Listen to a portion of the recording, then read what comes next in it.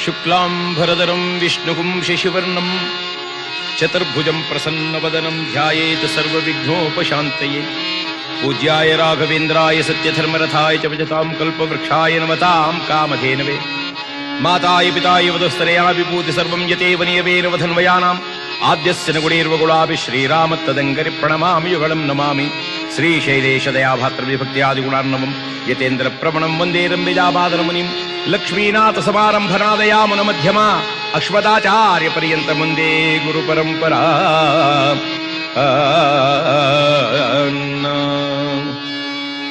ಶ್ರೀ ಗುರುವೇ ಗಣನಾಥ, ಶ್ರೀ ಗುರುವೇ ಗಣನಾಥ, ಸಕಲ ವಿದ್ಯೆಗೆ ನೀನೇ ತಾತ, ಸಕಲ ವಿದ್ಯೆಗೆ ನೀನೇ ತಾತ. ಶ್ರೀ ಗುರುವೇ ಗಣನಾಥ, ನಾಗವುದರಯುತ ಅಖಿಲ ಸುರನಮಿತ, ನಾಗವುದರಯುತ ಅಖಿಲ ಸುರನಮಿತ, ಸಾಮಜಾಸ್ಯನೇ ಭೂಮಿ ವಿಭುಧ ಸ್ತುತ್ಯ ದೇವಸಲ ಎಲ್ಲ ಸ್ವಾಮಿ ಗಣನಾಥ, ದೇವಸಲ ಎಲ್ಲ ಸ್ವಾಮಿ ಗಣನಾಥ. ಶ್ರೀ ಗಿರಿಜಾಸುತನೆ ಸಕಲ ಮುನಿ ಜನನುತನೆ, ಶ್ರೀ ಗಿರಿಜಾಸುತನೆ ಸಕಲ ಮುನಿ ಜನನುತನೆ. ಶ್ರೀ ಗುರುವೇ ಗಣನಾಥ.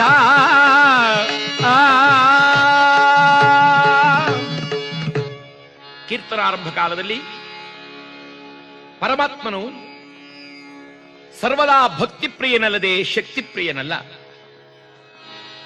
ಬಲಾಢ್ಯಶ್ಚ ಪೃಥ್ವಿ ಎಂದು ಲೋಕದಲ್ಲಿ ಹೇಳುವುದುಂಟು, ಬಲಾಢ್ಯನಿಗೆ ಮಾತ್ರ ಈ ಜಗತ್ತು ಎಂದು. ಆದರೆ ಪರಮಾತ್ಮ ಮೆಚ್ಚುವುದು ಭಕ್ತಿಯನ್ನು ಮಾತ್ರ. ಶಿವನು ತನ್ನ ಭಕ್ತರಲ್ಲಿ ಪ್ರಿಯವಾದ ಭಕ್ತಿಯನ್ನೇ ಅಪೇಕ್ಷೆ ಪಡ್ತಾನಲ್ಲದೆ ಅವರ ಐಶ್ವರ್ಯ ಆಡಂಬರಾದಿಗಳನ್ನಲ್ಲ. ಅದಕ್ಕೆ ಬಸವಣ್ಣ ಅವರು ಒಂದು ಕಡೆ ಹೇಳ್ತಾರೆ, ನಾದ ಪ್ರಿಯ ಶಿವನೆಂಬರು ನಾದ ಪ್ರಿಯ ಶಿವನಲ್ಲ, ವೇದ ಪ್ರಿಯ ಶಿವನೆಂಬರು ವೇದ ಪ್ರಿಯ ಶಿವನಲ್ಲ, ನಾದ ಪ್ರಿಯ ಶಿವನೆಂಬರು ನಾದ ಪ್ರಿಯ ಶಿವನಲ್ಲ.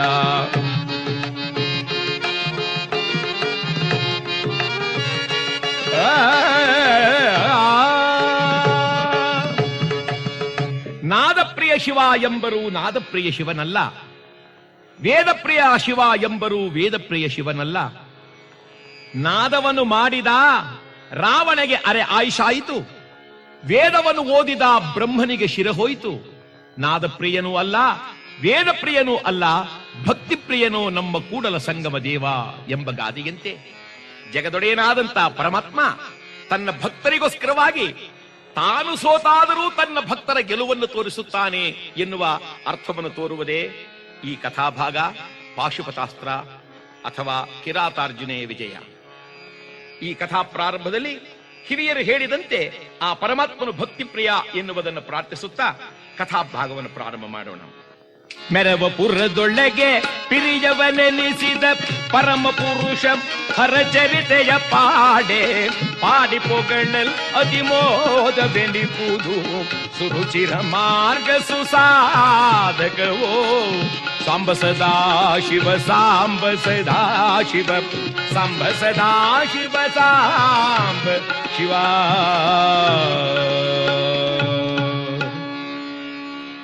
ದ್ವಾಪರ ಯುಗದಲ್ಲಿ ಜಗದೊಡೆಯನಾದ ಶ್ರೀ ಕೃಷ್ಣನ ಒಲಿಮೆಗೆ ಪಾತ್ರರಾಗಿರ್ತಕ್ಕಂಥ ಪಾಂಡವರು ದುರ್ಯೋಧನಾದಿಗಳ ಮೋಸ ಜೂತದಲ್ಲಿ ಸೋತು ವನವಾಸಕ್ಕಾಗಿ ಹೊರಟಿದ್ದಾರೆ. ವನವಾಸಕ್ಕಾಗಿ ಹೊರಟಂಥ ಪಾಂಡವರನ್ನು ಕಂಡು ಬಹುಜನರು ಕಣ್ಣೀರು ಸುರಿಸುತ್ತಾ, ಅಯ್ಯ ನಾವೆಲ್ಲ ನಿಮ್ಮ ಸಂಗಡ ಬರ್ತೇವೆ ಎಂದಾಗ 80,000 ಮಂದಿ ವಿಪ್ರೋತ್ತಮರನ್ನೂ ಸಂಗಡ ಕರೆದುಕೊಂಡು ಧರ್ಮರಾಜ ಕಾಡಿಗೆ ಹೋಗ್ತಾ ಇದ್ದಾನೆ. ತಲೆ ತಗ್ಗಿಸಿ ನಡೆಯಬಹುದಾಗಿರುವ ಪಾಂಡವರನ್ನು ಕಂಡು ಕೇಕೆ ಹಾಕಿ ನಗುತ್ತಿದ್ದಾರೆ ಕೌರವರು. ಈ ಮೋಸಜೂತದಲ್ಲಿ ಗೆಲುವಿಗೆ ಕಾರಣ ಶಕುನಿ. ಪ್ರಪಂಚವನ್ನೆಲ್ಲ ಹಿಡಿದವನು ಶನಿ, ಕೌರವರ ವಂಶವನ್ನು ಹಿಡಿಕೊಂಡವನು ಶಕುನಿ. ಆತನ ಹೆಸರು ಶನಿ 2 ಅಕ್ಷರ, ಈತನ ಹೆಸರು ಶಕುನಿ 3 ಅಕ್ಷರ. ಶಾಕೂನಿ. ಮಧ್ಯದಲ್ಲಿರುವ ಕು ಅನ್ನೋ ಅಕ್ಷರವನ್ನು ತೆಗೆದರೆ ಇವನೂ ಶನಿ. ಯಾರ ಭಾಗಕ್ಕೆ ಎಂದರೆ ಕೌರವರ ವಂಶ ನಾಶಕ್ಕೆ. ಪಾಂಡವರು ತಲೆ ತಗ್ಗಿಸಿ ಕಾಡಿಗೆ ಹೊರಟಿದ್ದಾರೆ. ಆ 80,000 ವಿಪ್ರೋತ್ತಮಾದಿ ಸಾಧು ಶರಣರನ್ನು ಸಂರಕ್ಷಣೆ ಮಾಡಲು ಮಹಾನುಭಾವನಾದಂತಹ ಸೂರ್ಯದೇವ ಪ್ರತ್ಯಕ್ಷನಾಗಿ ಅಕ್ಷಯ ಪಾತ್ರೆಯನ್ನು ದಯಪಾಲಿಸಿದ್ದಾನೆ. ಆ ಅಕ್ಷಯ ಪಾತ್ರೆಯ ಪ್ರಭಾವದಿಂದ ಪಾಂಡವರು ಅಷ್ಟು ಜನಗಳನ್ನು ತದೇಕ ಚಿತ್ತರಾಗಿ ಅವರ ಸೇವೆಯನ್ನು ಮಾಡುತ್ತಾ ಕಾಲವನ್ನು ಕಳೆಯುತ್ತಿದ್ದಾರೆ. ಈ ವೇಳೆಗೆ ಆಗಾಗ ಅನೇಕ ಜನ ಮಹನೀಯರು ಬಂದು ಅವರ ಸಂರಕ್ಷಣಾರ್ಥವಾಗಿ ಮತ್ತು ಅನೇಕ ವಿಚಾರಗಳನ್ನು ಹೇಳುವ ಸಲುವಾಗಿ ಬರುತ್ತಿದ್ದವರಲ್ಲಿ ವೇದವ್ಯಾಸ ಮಹರ್ಷಿಗಳು ಒಂದು ದಿನ ಪಾಂಡವರನ್ನು ಕಂಡು ಹೋಗೋಣ ಎಂಬುದಾಗಿ ಹೇಳುತ್ತಾ ಶಿವಧ್ಯಾನವನ್ನು ಮಾಡುತ್ತಾ ಬರ್ತಾ ಇದ್ದಾರೆ.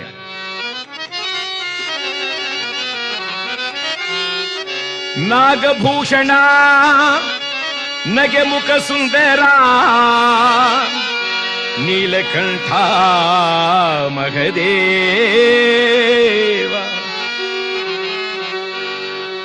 ನೀಲಕಂಠ ಮಹದೇವ ದೇವಾ, ನೀಲಕಂಠ ಮಹದೇವ.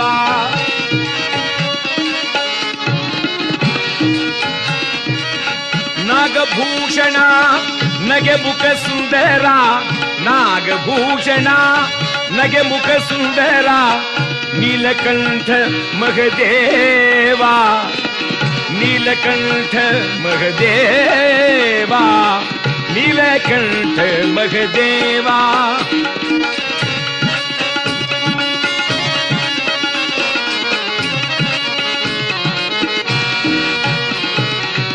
ಪಾಲಲೋಚನ ಪಾರ್ವತಿ ರಮಣ, ಪಾಲಲೋಚನ ಪಾರ್ವತಿ ರಮಣ ನೀಲಕಂಠ ಮಹದೇವ ದೇವ, ನೀಲಕಂಠ ಮಹದೇವ ದೇವಾ, ನೀಲಕಂಠ ಮಹದೇವ.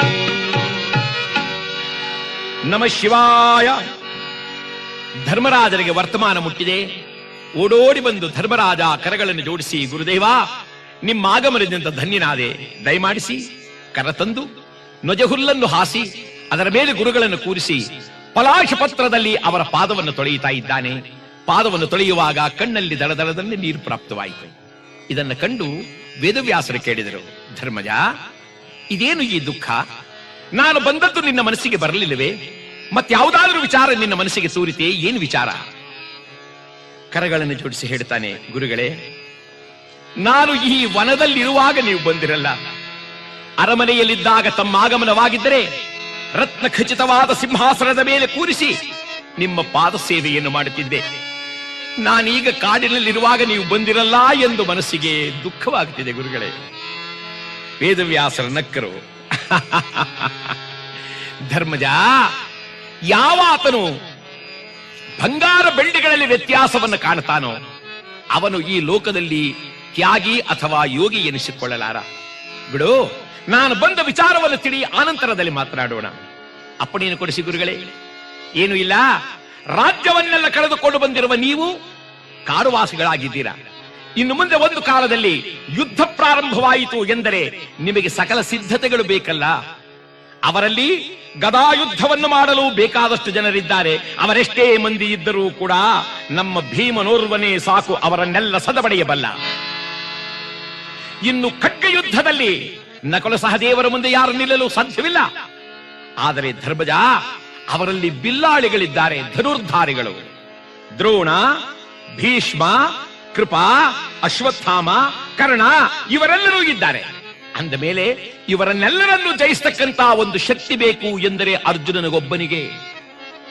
ಅರ್ಜುನ ಪರಾಕ್ರಮಿಯೇ ನಿಜ, ಆದರೆ ಅವನಿಗೆ ಬೇಕಾಗಿದೆ ಅಸ್ತ್ರಬಲ. ಅಸ್ತ್ರಬಲ ಹೊಂದಿದ್ದರೆ ಅವನು ಯಾವ ಕಾರ್ಯವನ್ನು ಬೇಕಾದರೂ ಜಯಿಸಬಲ್ಲ. ಅದಕ್ಕಾಗಿಯೇ ನಾನಿಲ್ಲಿಗೆ ಬಂದಿದ್ದೇನೆ. ಕೈಗಳನ್ನು ಜೋಡಿಸಿ ಧರ್ಮರಾಜ ಕೇಳಿದ, ಗುರುಗಳೇ ಏನಾಗಬೇಕು? ಮತ್ತೇನೂ ಇಲ್ಲ, ನಾನು ನಿನಗೆ ಶಿವಮಂತ್ರೋಪದೇಶವನ್ನು ಮಾಡುತ್ತೇನೆ. ನೀನು ಆ ಮಂತ್ರವನ್ನ ನಿನ್ನ ತಮ್ಮನಾಗಿರ್ತಕ್ಕಂಥ ಅರ್ಜುನನಿಗೆ ಉಪದೇಶವನ್ನು ಮಾಡು. ಅರ್ಜುನನು ಆ ಶಿವಮಂತ್ರವನ್ನು ಪಡೆದು ಇಂದ್ರಕೀಲ ಪರ್ವತದ ಬಳಿಗೆ ಹೋಗಿ ಅಖಂಡವಾದ ತಪಸ್ಸನ್ನಾಚರಿಸಲಿ. ಆ ತಪಸ್ಸಿಗೆ ಮೆಚ್ಚಿ ಪರಮೇಶ್ವರನ ಪ್ರತ್ಯಕ್ಷರಾದರೆ ಅಲ್ಲಿಂದ ಆ ಶಿವನಿಂದ ಪಾಶುಪತಾಸ್ತ್ರವನ್ನು ಪಡೆದು ಲೋಕದಲ್ಲಿ ತಾನು ಪ್ರಖ್ಯಾತನಾಗ್ತಾನೆ ಮತ್ತು ಜಯವೂ ನಿಮಗೆ ಲಭ್ಯವಾಗುತ್ತೆ. ಧರ್ಮರಾಜ ಕರಗಳನ್ನು ಜೋಡಿಸಿ ಹೇಳ್ತಾನೆ, ದೇವಾ, ನಮ್ಮ ಮೇಲೆ ನಿಮಗೆ ಎಷ್ಟು ಅಭಿಮಾನ, ದೈವಾನುಗ್ರಹವು ನಮಗಿದೆ ಎನ್ನುವುದಕ್ಕೆ ನಿಮ್ಮ ಈ ಆಗಮನ ಮತ್ತು ನಿಮ್ಮ ಈ ಮಂತ್ರೋಪದೇಶವೇ ನಮಗೆ ಮುಖ್ಯ.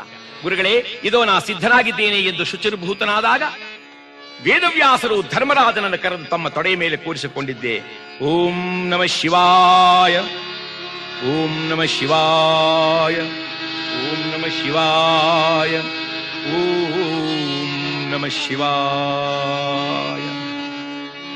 ಅಯ್ಯ, ಇದು ಸಾಮಾನ್ಯವಾದ ಮಂತ್ರವಲ್ಲ, ಜವನ ದೂತರ ದೂಡುವ ಮಂತ್ರ, ಪರಮ ಭಕ್ತರಿಗೆಲ್ಲ ಸ್ವತಂತ್ರ ಶಿವ ಮಂತ್ರ. ಶರಣರಿಗೆಲ್ಲ ಇದು ಬಲು ಸ್ವತಂತ್ರ ಶಿವ ಮಂತ್ರ. ಇದನ್ನ ನಿನ್ನ ತಮ್ಮನಿಗೆ ಉಪದೇಶವನ್ನು ಮಾಡು.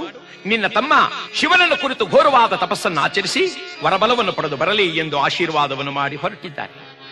ಅವರನ್ನು ಅಷ್ಟೇ ಪ್ರೀತಿಯಿಂದ ಸತ್ಕರಿಸಿ ಮಹಾನುಭಾವನಾದ ಧರ್ಮರಾಜ ಬೀಳುಕೊಟ್ಟು ತನ್ನ ತಮ್ಮನಾಗಿರ್ತಕ್ಕಂಥ ಅರ್ಜುನನಿಗೆ ಹೇಳಿ ಕಳುಹಿಸಿದನಂತೆ. ಅರ್ಜುನ ನದಿಯ ತೀರದಲ್ಲಿದ್ದ. ಅಣ್ಣನ ವರ್ತಮಾನವನ್ನು ಕೇಳಿದೊಡನೆ ದಡ ದಡ ಧಾವಿಸಿ ಬರುತ್ತಿದ್ದಾನಂತೆ. ದಡ ದಡ ಧಾವಿಸಿ ಬರುತ್ತ ಪಾರ್ಥನು ಅಣ್ಣನ ಪದಕ್ಕೆ ನಗುತ್ತಾ,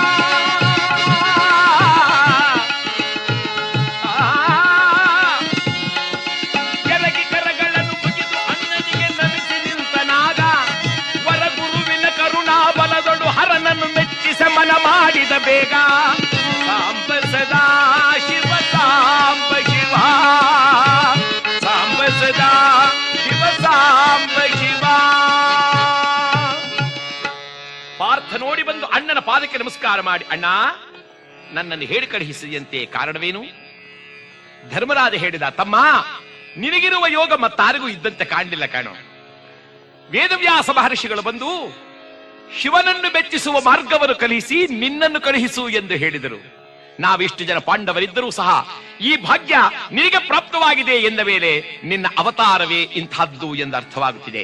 ಹೋಗು, ಶಿವನನ್ನು ಮೆಚ್ಚಿಸಿ ಪಾಶುಪತಾಸ್ತ್ರವನ್ನು ಪಡೆದು ಬಾ, ಇಂದ್ರಕೀರದಲ್ಲಿ ತಪವನ್ನಾಚರಿಸು ಎಂದು ಕರೆದು ತನ್ನ ತಮ್ಮನನ್ನು ತೊಡೆಯ ಮೇಲೆ ಕೂರಿಸಿಕೊಂಡು ಮಹಾನುಭಾವನಾದ ಧರ್ಮರಾಜ ವೇದವ್ಯಾಸರಿಂದ ತಾನು ಪಡೆದಿದ್ದ ಶಿವಮಂತ್ರೋಪದೇಶವನ್ನು ತಮ್ಮನಿಗೆ ಮಾಡಿದನಂತೆ.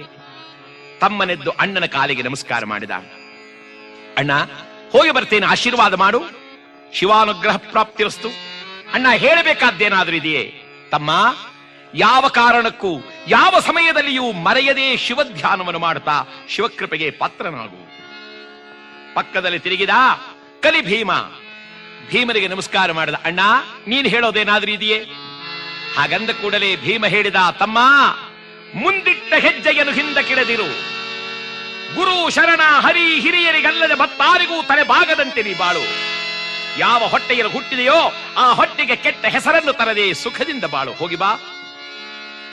ಇನ್ನೆರಡು ಹೆಜ್ಜೆಯನ್ನು ಮುಂದಕ್ಕಿಟ್ಟಾಗ ಚಿಕ್ಕವರಾದ ತಮ್ಮಂದಿರು ನಕಲ ಸಹದೇವರು ನಮಸ್ಕಾರ ಮಾಡಿದರು. ಅಣ್ಣ, ನಮ್ಮ ಹೆಸರು ನಿಮಗೆ ನೆನಪಿದ್ದರೆ ಸಾಕು ಕಾಣೋ. ಏನಪ್ಪ? ಏನೂ ಇಲ್ಲಣ್ಣ, ನನ್ನ ಹೆಸರು ಶ್ರದ್ಧಾ, ಇವನ ಹೆಸರು ಭಕ್ತಿ. ಈ ಶ್ರದ್ಧಾ ಭಕ್ತಿಗಳು ನಿನಗೆ ನೆನಪಿದ್ದರೆ ಸಾಕಣ್ಣ. ಅರ್ಜುನ ಅದರ ಅರ್ಥವನ್ನು ಮಾಡಿಕೊಂಡ. ನೀನು ಮಾಡುವ ಕಾರ್ಯದಲ್ಲಿ ಶ್ರದ್ಧಾ ಭಕ್ತಿಗಳಿರಲಿ ಎಂದು ತಮ್ಮಂದಿರು ನನಗೆ ಉಪದೇಶ ಮಾಡುತ್ತಿದ್ದಾರೆ ಎಂದು ಆಶೀರ್ವಾದ ಮಾಡಿ ಮುನ್ನುಗ್ಗಿದರೆ ಎದುರುಗಡೆಯೇ ನಿಂತಿದ್ದಳಂತೆ ದೃಪದನಂದಿನಿ. ಗಂಡನೊಡನೆ ಏನೋ ಹೇಳಬೇಕು ಎಂಬ ಅಭಿಪ್ರಾಯ ಮೂಡಿದವಳು ಎಲ್ಲರ ಎದುರಿನಲ್ಲಿ ಹೇಳಲು ಸಂಕೋಚ ಪಡುತ್ತಾ ಸಂಕೇತವಾಗಿ ತೋರಿದಳಂತೆ ತನ್ನ ತಲೆಯ ಕೂದಲನ್ನ.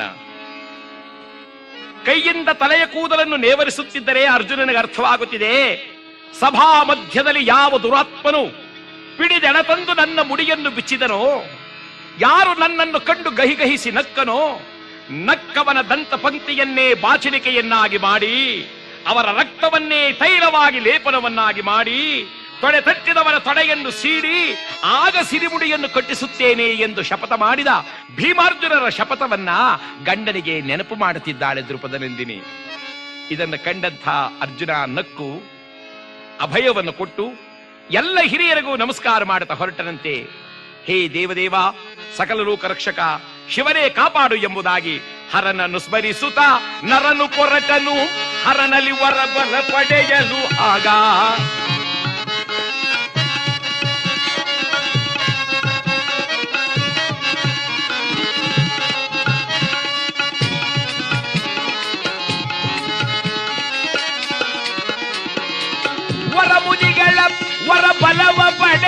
ತಾನು ಪಾರೆ ಮೇರೆಯನು ಬೀರಲು ಆಗ ಸಾಂಬ ಸದಾ ಶಿವ ಸಾಂಬ ಸದಾ ಶಿವ ಸಾಂಬ ಸದಾ ಶಿವ ಸಾಂಬ ಶಿವ.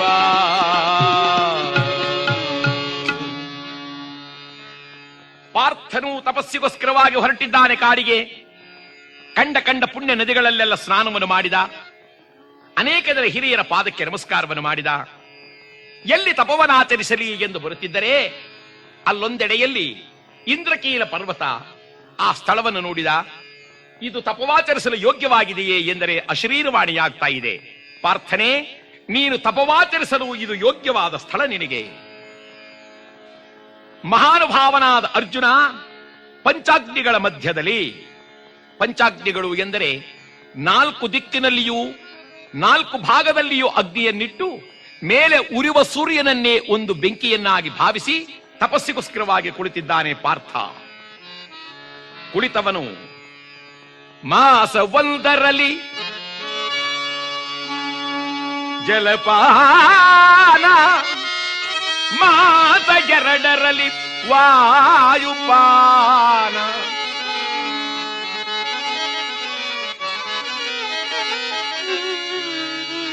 ಒಂದನೇ ತಿಂಗಳಲ್ಲಿ ಜಲಪಾನವನ್ನು ಮಾಡುತ್ತಾ ಹಣ್ಣು ಹಂಪಲಗಳನ್ನು ತಿನ್ನುತ್ತಾ, ಮತ್ತೆರಡನೇ ತಿಂಗಳಲ್ಲಿ ಕೇವಲ ಜಲಪಾನದಲ್ಲಿರುತ್ತಾ, 3ನೇ ತಿಂಗಳಿಗೆ ಬಂದಾಗ ಕೇವಲ ವಾಯುಪಾನವನ್ನು ಮಾಡುತ್ತಾ, 4ರಲ್ಲಿ ಉಪವಾಸವನ್ನು ಆಚರಿಸಿದ್ದಾನೆ.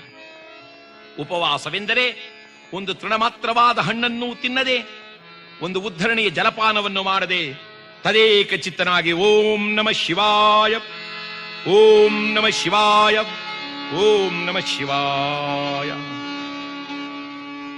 ಇದನ್ನ ಗಗನ ಮಾರ್ಗದಲ್ಲಿ ಹೋಗತಕ್ಕಂತ ನಾರದ ಮಹರ್ಷಿಗಳು ಕಂಡರು. ಅರ್ಜುನ ತಪವನ್ನ ಆಚರಿಸುತ್ತಿದ್ದಾನೆ. ಈ ವಿಚಾರವನ್ನ ದೇವೇಂದ್ರನಿಗೆ ತಿಳಿಸಬೇಕು. ಇಲ್ಲದೆ ಹೋದರೆ ಕಾರ್ಯ ಕೆಟ್ಟು ಹೋಗುತ್ತೆ ಎಂಬುದಾಗಿ ನಾರಾಯಣ ದೇವೇಂದ್ರ ನಗರಿಗೆ ಬಂದರು. ದೇವರಾಜ, ದೇವರಾಜ, ಏನು ಗುರುಗಳೇ? ಅಯ್ಯ, ಒಂದು ವಿಚಿತ್ರವಾದ ಕಾರ್ಯ ನಡೆಯುತ್ತಿದೆ. ಅದೇನೆಂದರೆ ನಿನ್ನ ಮಗನಾಗಿರ್ತಕ್ಕಂಥ ಅರ್ಜುನ ತಪಸ್ಸನ್ನು ಮಾಡ್ತಾ ಕುಳಿತಿದ್ದಾನೆ. ಸ್ವಲ್ಪ ಅನುಮಾನ ಕಾಣಪ್ಪ. ಏನು ಗುರುಗಳೇ ಅನುಮಾನ? ಹಿಂದೆ ಒಂದು ಸಲ ತಪಸ್ಸನ್ನು ಮಾಡುತ್ತೇನೆ ಅಂತ ಹೇಳಿ ಹೋಗಿ ಆ ಮಹಾನುಭಾವನಾದ ಅರ್ಜುನ ಸುಭದ್ರೆಯನ್ನು ಮದುವೆ ಮಾಡಿಕೊಂಡು ಬಂದಿದ್ದ.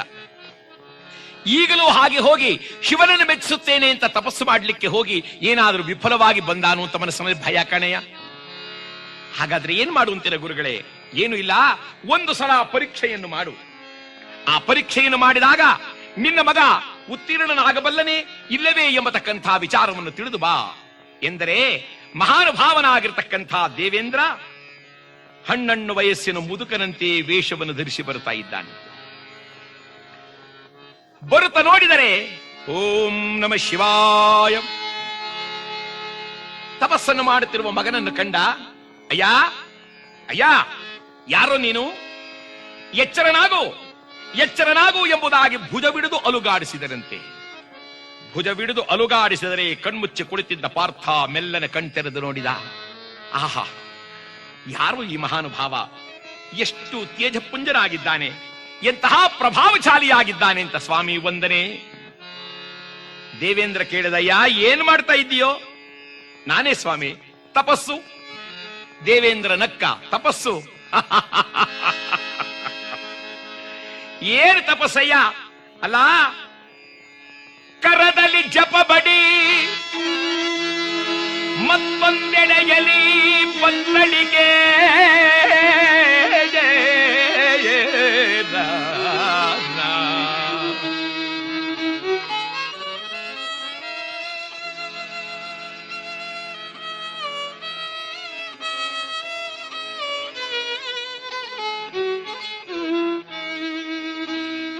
ಕೊರಳಲ್ಲಿ ನೋಡಿದರೆ ರುದ್ರಾಕ್ಷಿ ಸರಗಳು, ಮತ್ತೊಂದು ಕೈಯಲ್ಲಿ ನೋಡಿದರೆ ಬಾಣ ಬಿಲ್ಲುಗಳು. ಇದನ್ನು ಹಿಡಿದು ಕುಳಿತಿರುವ ನೀನು ತಪಸ್ಸೆ?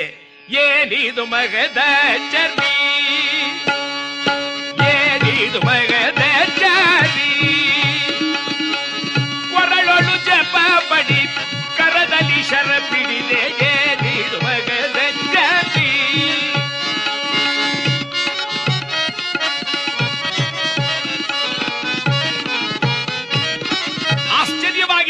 ನಿನ್ನ ಈ ತಪಸ್ಸಿನ ಪ್ರಭಾವ? ಕೈಯಲ್ಲಿ ನೋಡಿದರೆ ಬಾಣ ಬಿಲ್ಲುಗಳನ್ನು ಹಿಡಿದಿದ್ದೀಯಾ, ಮತ್ತೊಂದು ಕೈಯಲ್ಲಿ ನೋಡಿದರೆ ಜಪಮಣಿ ಹಿಡಿದಿರುವೆ. ಸಣ್ಣ ವಯಸ್ಸಿನವನು, ಯಾರೋ ನಿನಗೆ ಹೇಳಿಕೊಟ್ಬಿಟ್ಟಿದ್ದಾರೆ ತಪಸ್ಸು ಮಾಡುವಂತ. ಬಾ ಬಾ ಬಾ ಬಾ, ಸುಮ್ಮನೆ ಕಣ್ಣು ಮುಚ್ಚಿ ತಪಸ್ಸನ್ನು ಮಾಡುತ್ತಿದ್ಯಾ. ಅತ್ತ ನೋಡು, ಆ ಮರದಡಿಯಲ್ಲಿ ಕುಳಿತು ಸಾವಿರಾರು ವರ್ಷಗಳಿಂದ ತಪವನ್ನು ಆಚರಿಸಿದರೂ ಶಿವನು ಪ್ರತ್ಯಕ್ಷವಾಗದೇ ಇರುವ ಕಾರಣ ಎಷ್ಟು ನರಳುತ್ತಿದ್ದಾರೋ ಆ ಸಾಧು ಸಂತರು. ನೆನ್ನೆಗೆ ಬೊನ್ನೆಗೆ ಬಂದ ನೀನು ಶಿವನನ್ನು ಮೆಚ್ಚಿಸಬಲ್ಲೆಯಾ? ಆಗ ಪಾರ್ಥನೆದ್ದು ಕರೆಗಳನ್ನು ಜೋಡಿಸಿ, ಸ್ವಾಮಿ ಹಿರಿಯರೇ, ಗಂಗಾ ನದಿಯಲ್ಲೇ ವಾಸ ಮಾಡುವ ಹಾವು ಮೀನುಗಳಿಗೆ ಅದು ಪುಣ್ಯತಮವಾದ ನದಿ ಎಂದು ತಿಳಿಯದಂತೆ 1000 ವರ್ಷವಲ್ಲ, ಎಷ್ಟೇ ಕಾಲ ಕಳೆದರೂ ಸಹ ಇವರಿಗೆ ಶಿವನು ಪ್ರತ್ಯಕ್ಷನಾಗಲಾರ. ದೇವರಾಜ ನೋಡಿದ, ಹಾಗಾದರೆ ನಿನಗೆ ಪ್ರತ್ಯಕ್ಷರಾಗ್ತಾನೆಯೇ? ಸ್ವಾಮಿ, ಆಗಲೇಬೇಕು. ಆಗದೆ ಹೋದರೆ ಇದೋ ಶಪಥವನ್ನು ಮಾಡುತ್ತಿದ್ದೇನೆ. ಹರನೇನಾದರೂ ಈ ನರನ ತಪಕ್ಕೆ ಮೆಚ್ಚಿ ಬಾರದೇ ಇದ್ದರೆ ಆ ಹರನ ಪಾದದಾಣೆ, ಈ ನರನು ಪ್ರಾಣವನ್ನು ಬಿರುಳುವನು, ಅಗ್ನಿಯೊಳಗುರುಳುವನು, ಇದು ಸತ್ಯ. ಹಾಗಂದ ಕೂಡಲೇ ದೇವೇಂದ್ರನಿಗೆ ಸಮಾಧಾನವಾಯಿತಂತೆ. ನನ್ನ ಮಗ ನಿಜವಾಗಲೂ ತಪಸ್ಸನ್ನು ಮಾಡ್ತಾನೆ. ಏಕೆಂದರೆ ಕಪಟಿಗಳಿಗೆಲ್ಲ ದೇವರು ಸುಲಭನಾಗಿ ಸಿಗುವುದಿಲ್ಲ. ಬಹುಜನಗಳು ದೇವಸ್ಥಾನಕ್ಕೆ ಹೋಗಿ ದೇವರ ಮುಂದೆ ಕೈಗಳನ್ನು ಜೋಡಿಸಿ, ಪರಮಾತ್ಮ ಕಾಪಾಡಪ್ಪ, ನಾನೆಂಥವನು ಅಂತ ನಿನಗೆ ಗೊತ್ತಿಲ್ವೇ ದೇವರೇ ಅಂತಾರೆ. ಹಾಗನ್ನುವಾಗ ಶಿವ ನಗುತ್ತಾನಂತೆ, ನಿನ್ನಂತರಂಗದಲ್ಲೇ ವಾಸ ಮಾಡಿಕೊಂಡಿರುವ ನನಗೆ ನೀನೆಂಥವನು ಅಂತ ಗೊತ್ತಿಲ್ವೇ? ನಮಗೇ ಮೋಸ ಮಾಡೋಕ್ ಬರ್ತಿರಲ್ಲ. ದೇವರಿಗೆ ಮೋಸ ಮಾಡುವ ಜನಗಳು ಹೆಚ್ಚು ಅನ್ನುವುದರಲ್ಲಿ ಏನು ಅರ್ಥವೇ ಇಲ್ಲ. ದೇವರ ಹತ್ರಲ್ಲೇ ಕೇಳ್ತಾರೆ, ಸ್ವಾಮಿ ನನಗೇನಾದರೂ ಬೇಕಾದಷ್ಟು ದುಡ್ಡು ಸಿಕ್ಕಿದ್ರೆ ನಿನಗೊಂದು 10 ರೂಪಾಯಿ ಕೊಟ್ಟು ಬಿಡ್ತೇನೆ ಅಂತ. ಅವನಿಗೆ ಕೊಟ್ಟು ದೇವರು ಪಡೆಯಬೇಕಾದ ಅಗತ್ಯವಿಲ್ಲ. ಪರಮಾತ್ಮನಿಗೆ ಬೇಕಾಗಿರುವುದು ಕೇವಲ ಭಕ್ತಿ ಮಾತ್ರ.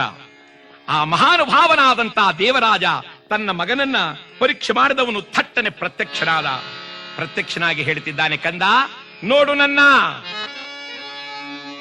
ತಿರುಗಿದ ಅರ್ಜುನ, ವೃದ್ಧನಂತೆ ವೇಷವನ್ನು ಹಾಕಿಕೊಂಡು ಬಂದಿದ್ದ ದೇವೇಂದ್ರ ತೇಜಪುಂಜನಾಗಿ ನಿಂತಿದ್ದ. ಬಂದು ಪಾದಗಳನ್ನು ಮುಟ್ಟಿ, ತಂದೆ ನೀನು ಯಾರು ಎಂದು ಅರ್ಥ ಮಾಡಿಕೊಳ್ಳದೆ ನಾನು ಈ ರೀತಿಯಾಗಿ ನಿನ್ನ ಮೇಲೆ ಏನೇನೋ ದೋಷಾರೋಪಣೆಯನ್ನು ಮಾಡಿದೆ, ನನ್ನನ್ನು ಕ್ಷಮಿಸು. ಆಗ ದೇವರಾಜ ಹೇಳ್ತಾನಪ್ಪ, ಲೋಕದಲ್ಲಿ ಮಕ್ಕಳು ತಪ್ಪು ಮಾಡಿದರೆ ಜನ ತಂದೆನೇ ಆಡ್ಕೊಳ್ಳೋದು. ಕಳ್ಳತನ ಮಾಡಿದವನು ಯಾರಾದರೂ ಆಗಿರಲಿ, ಯಾರಯ್ಯ ಕಳ್ಳತನ ಮಾಡಿದವನು ಅಂದರೆ ತಂದೆ ಹೆಸರು ಮೊದಲು ಹೇಳ್ತಾರೆ. ರಂಗಪ್ಪನ ಮಗ, ಕೃಷ್ಣಪ್ಪನ ಮಗ ಅಂತ. ಮಗ ಕಳ್ಳತನ ಮಾಡಿದರೂ ಕೆಟ್ಟ ಹೆಸರು ಅಪ್ಪನಿಗೆ ಪ್ರಾಪ್ತವಾಗುವಂತೆ ನೀನು ಮಾಡುವ ತಪವೇನಾದರೂ ಕೆಟ್ಟರೆ, ಶಿವನ ಪ್ರತ್ಯಕ್ಷನಾಗದೆ ಹೋದರೆ, ಆ ದೇವೇಂದ್ರ ಅಂಶದಲ್ಲಿ ಹುಟ್ಟಿದವನು ಅರ್ಜುನ ಆ ತಪಸ್ಸು ಮಾಡ್ಲಿಕ್ಕೆ ಹೋಗಿ ಕೆಟ್ಟು ಬಂದನಂತೆ ಅಂತ ಜನ ನನ್ನ ಆಡ್ತಾರೆ ಕಣಪ್ಪ. ಅದಕ್ಕಾಗಿ ನಾನು ನಿನ್ನನ್ನು ಪರೀಕ್ಷೆ ಮಾಡಲು ಬಂದೆ. ಕಂದ, ನೀನು ಶಿವನನ್ನು ಮೆಚ್ಚಿಸುವುದರಲ್ಲಿ ಯಾವ ವಿಧವಾದ ಸಂದೇಹವಿಲ್ಲ. ಇದು ಆಶೀರ್ವಾದ ಮಾಡುತ್ತಿದ್ದೇನೆ.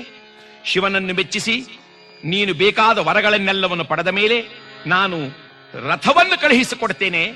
ಮಾಥಲಿ ಎಂಬತಕ್ಕಂಥ ಸಾರಥಿ ಬರ್ತಾನೆ. ಅವನ ಸಂಗಡ ನೀನು ಮತ್ತೆ ನಮ್ಮ ದೇವಲೋಕಕ್ಕೆ ಬಂದು ಸ್ವಲ್ಪ ಕಾಲ ವಿಶ್ರಾಂತಿಯನ್ನು ಪಡೆದು ಹೊರಡುವಂತ ಅವನಾಗಯ್ಯ. ನಮಸ್ಕಾರ ಮಾಡಿದ. ತಂದೆ, ಧನ್ಯನಾದೆ. ನಿನ್ನ ಸಂದರ್ಶನದಿಂದ ನಾನು ಶಿವನನ್ನು ಖಂಡಿತವಾಗಿ ಪ್ರತ್ಯಕ್ಷ ಮಾಡಿಕೊಳ್ತೇನೆ ಎಂಬತಕ್ಕಂಥದ್ದು ನನಗೆ ಸ್ಥಿರವಾಯಿತು ಎಂದ ಮೇಲೆ ಇದು ವಂದನೆ. ದೇವರಾಜ ಆಶೀರ್ವಾದ ಮಾಡಿ ಹೊರಟ. ಮತ್ತೆ ಅರ್ಜುನ ತಿರುಗಿದ. ಶಿವನೇ, ಶಂಕರನೇ, ನೀನು ನನಗೆ ಪ್ರತ್ಯಕ್ಷನಾಗಲೇಬೇಕು. ಹಾಗಾಗದೆ ಹೋದ ಮೇಲೆ ನನ್ನ ತಪವು ವ್ಯರ್ಥವಾದೀತು ಎಂಬುದಾಗಿ ಓಂ ನಮಃ ಶಿವಾಯ, ಓಂ ನಮಃ ಶಿವಾಯ, ಓಂ ನಮಃ ಶಿವಾಯ ಅಂತ ಕುಳಿತನಂತೆ. ಏನು ಧಗಧಗನೆ ಉರಿಯುತ್ತಿದೆ ಆ ತಪಜ್ವಾಲೆ. ಧಗಧಗನೆ ಉರಿದು ತಪಜ್ವಾಲೆಯ ಕ್ಷಣದಿ ಆವರಿಸೆ ಕಾನನವಾಗ.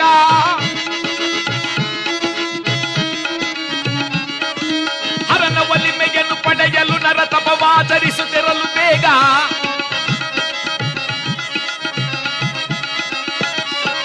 ಹರನ ಒಲಿಮೆಯನ್ನು ಪಡೆಯಲು ನರ ತಪವಾಚರಿಸಲು ಆಗ ಅರಿತ ಮುನಿಗಳು ಸೇರುತ್ತ ಕರವನ್ನು ಮುಗಿದು ನಿಲ್ತರು ಬೇಗ.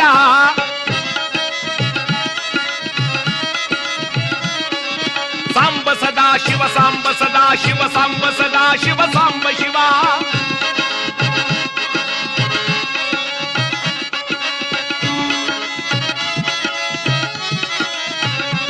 ಓಂ ನಮಃ ಶಿವಾಯ.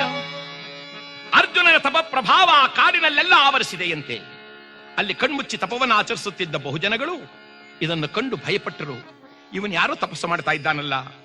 ಅಲ್ಲಿ ಕುಳಿತಿದ್ದವರಲ್ಲಿ ಕೆಲವರು ಸ್ವಲ್ಪ ಕಾಲ ದೀರ್ಘ ತಪಸ್ಸು ಮಾಡೋರು, 1 ವರ್ಷಕ್ಕೊಂದ್ಸಲ ಕಣ್ಬಿಡೋರು, 1 ತಿಂಗಳಿಗೊಂದ್ಸಲ ಕಣ್ಬಿಡೋರು, 1 ವಾರಕ್ಕೊಂದ್ಸಲ ಕಣ್ಬಿಡೋರು, 1 ದಿನಕ್ಕೊಂದ್ಸಲ ಕಣ್ಬಿಡೋರು, 1 ನಿಮಿಷಕ್ಕೂ 1 ಕಣ್ಬಿಡೋರು. ಈ ಕಪಟ ಸನ್ಯಾಸಿಗಳ ಸಹವಾಸದಿಂದ ನಮ್ಮ ದೇಶದಲ್ಲಿ ನ್ಯಾಯ ಧರ್ಮಗಳೇ ತೀರಿ ಹೋಗಿದೆ. ಯಾರೋ ಒಬ್ಬ ಗುರು ಶಿಷ್ಯರಿಬ್ಬರು ಒಂದು ಊರಿನಲ್ಲಿ ಸೇರ್ಕೊಂಡು ದುಡ್ಡಿಗಾಗಿ ಅಲೀತಿದ್ದರು. ಕಣ್ಮುಚ್ಚು ಕೂತಿದ್ದ ಗುರು ಒಬ್ಬ ಗ್ರಾಮಸ್ಥ ಬಂದ, ಸ್ವಾಮಿ ಏನಾದರೂ ಒಂದು ವಿಚಾರ ಹೇಳಿ. ಅದಕ್ಕೆ ಆ ಶಿಷ್ಯ ಹೇಳಿದ, ನಮ್ಮ ಗುರುಗಳು ಬಾಯಿ ಬಿಡಬೇಕಾದ್ರೆ 1 ಲಕ್ಷ, ಎಲ್ಲ ಊರಿನವರು ಸೇರಿ 1 ಲಕ್ಷ ತಂದು ಕೊಟ್ರು. ಸ್ವಾಮಿ ಏನಾದರೂ ಒಂದು ವಿಚಾರ ಹೇಳಿ. ಈ ಕಳ್ಳ ಗುರು ಬಾಯಿ ಬಿಟ್ಟ, ಶಿಷ್ಯರೇ ನಾನೇನ್ ಹೇಳ್ತೇನೆ ಅಂತ ನಿಮಗ್ ಗೊತ್ತಾ? ಕೂತಿದ್ದವರೆಲ್ಲ ಗೊತ್ತಿಲ್ಲ ಗೊತ್ತಿಲ್ಲ. ಕೂಡ್ಲೆ ಆ ಗುರು ಅಂದ, ಗೊತ್ತಿಲ್ವೇ? ಗೊತ್ತಿಲ್ದಿದ್ಮೇಲೆ ಯಾಕೆ ಕೇಳ್ತೀರಾ? ಎದ್ದೋಗಿ. ಊರಿನವ್ರು ನೋಡಿದ್ರಲ್ಲೋ, ಅಜ್ಞಾನಿಗಳ ಜೊತೆಯಲ್ಲಿ ಜ್ಞಾನಿಗಳು ಮಾತನಾಡೋಲ್ಲ ಕಾಣೋ. ಬನ್ನಿ ಇನ್ನೊಂದ್ಸಲ ಹೋಗೋಣ ಅಂತ 1 ಲಕ್ಷ ತಂದಿಟ್ರು. ಗುರುಗಳೇ ಏನಾದರೂ ಒಂದು ವಿಚಾರ ಹೇಳಿ. ಗುರುಗಳು ಕಣ್ಣು ಮುಚ್ಕೊಂಡಿದ್ದವ್ರು ಕಣ್ಣನ್ನು ಬಿಟ್ಟಿದ್ದೆ. ಶಿಷ್ಯರೇ ನಾನೇನ್ ಹೇಳ್ತೀನಿ ಅಂತ ನಿಮಗ್ ಗೊತ್ತಾ? ಈ ಕೂತಿರೋರೆಲ್ಲ ನೋಡಿದ್ರು, ಗೊತ್ತು ಸ್ವಾಮಿ, ಗೊತ್ತು ಗೊತ್ತು. ಕೂಡ್ಲೆ ಆ ಗುರು ಅಂದ, ಗೊತ್ತೇ? ಗೊತ್ತಿದ್ಮೇಲೆ ಯಾಕೆ ಕೇಳ್ತೀರಾ? ಎದ್ದೋಗಿ. ಊರ್ನವ್ರು ನೋಡಿದ್ರು, ಒಳ್ಳೆ ಗಲಾಟೆ ಬಂತಲ್ಲ. ಗೊತ್ತಿಲ್ಲ ಅಂದ್ರು ಎದ್ದು ಹೋಗು ಅಂತಾನೆ, ಗೊತ್ತಿದೆ ಅಂದ್ರು ಎದ್ದು ಹೋಗು ಅಂತಾನೆ. ಏನೋ ಮಾಡೋದು? ಇನ್ನೊಬ್ರಂದ್ರು, ನಾವೆಲ್ಲ ಸೇರ್ಕೊಂಡ್ಬಿಡೋಣ. ಅರ್ಧ ಜನ ಗೊತ್ತಿಲ್ಲ ಅನ್ನಿ, ಅರ್ಧ ಜನ ಗೊತ್ತಿದೆ ಅನ್ನಿ. ಆವಾಗ ಏನ್ ಮಾಡ್ತಾನೆ? ತಿರ್ಗಾ 1 ಲಕ್ಷ ತಂದಿಟ್ರು. ಗುರುಗಳೇ ಏನಾದ್ರೂ ಒಂದು ವಿಚಾರ ಹೇಳಿ. ಗುರುಗಳು ಕಣ್ಣು ಬಿಟ್ರು. ಶಿಷ್ಯರೇ ನಾನೇನ್ ಹೇಳ್ತೀನಿ ಅಂತ ನಿಮಗ್ ಗೊತ್ತಾ? ಅರ್ಧ ಜನ ಗೊತ್ತು ಅಂದ್ರು, ಇನ್ನರ್ಧ ಜನ ಗೊತ್ತಿಲ್ಲ ಅಂದ್ರು. ಈ ಗುರು ಏನ್ ಮಾಡ್ದ? ಬಹಳ ಸಂತೋಷ, ಬಹಳ ಸಂತೋಷ. ಗೊತ್ತಿರೋರೆ ನೀವು ಹೇಳಿಬಿಡಿ, ಗೊತ್ತಿಲ್ದಿದ್ದವ್ರೆ ನೀವು ಕೇಳಿಬಿಡಿ ಅಂದ್ರು.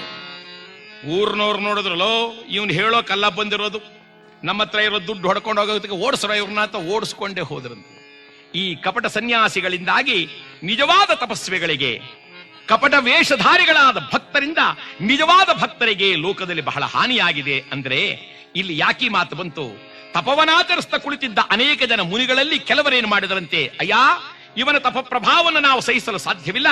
ಇವನು ಯಾರೋ ರಾಕ್ಷಸನೋ, ಗಂಧರ್ವನೋ, ನರನೋ, ಕಿನ್ನರನೋ ತಿಳಿಯದು. ನಡೀರಿ, ಶಿವನಲ್ಲಿ ಹೋಗಿ ನಾವು ಮೊರೆ ಇಟ್ಟು ನಮ್ಮ ಪ್ರಾರ್ಥನೆಯನ್ನು ಆತನಿಗೆ ಸಲ್ಲಿಸೋಣ ಅಂತ ಎಲ್ಲರೂ ಏಕವಾಗಿ ಸೇರಿದರಂತೆ. ಏಕವಾಗಿ ಸೇರಿ ಕರಗಳನ್ನು ಜೋಡಿಸಿದರು. ಶಂಭೋ ಮಹಾದೇವ, ಹರ ಹರ ಗಿರಿಜಾ ರಮಣ, ದೇವಾ ಪಾಹಿ ಮಾಂ ಪಾಹಿ ಶಂಕರ.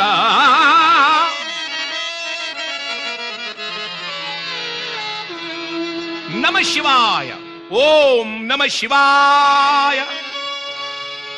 ಈ ಎಲ್ಲ ಭಕ್ತರ ಪ್ರಾರ್ಥನೆಯನ್ನು ಕೇಳಿ ಜಗದೊಡೆಯನಾಗಿರ್ತಕ್ಕಂಥ ಶಿವನು ಪ್ರತ್ಯಕ್ಷನಾಗಿದ್ದಾನೆ.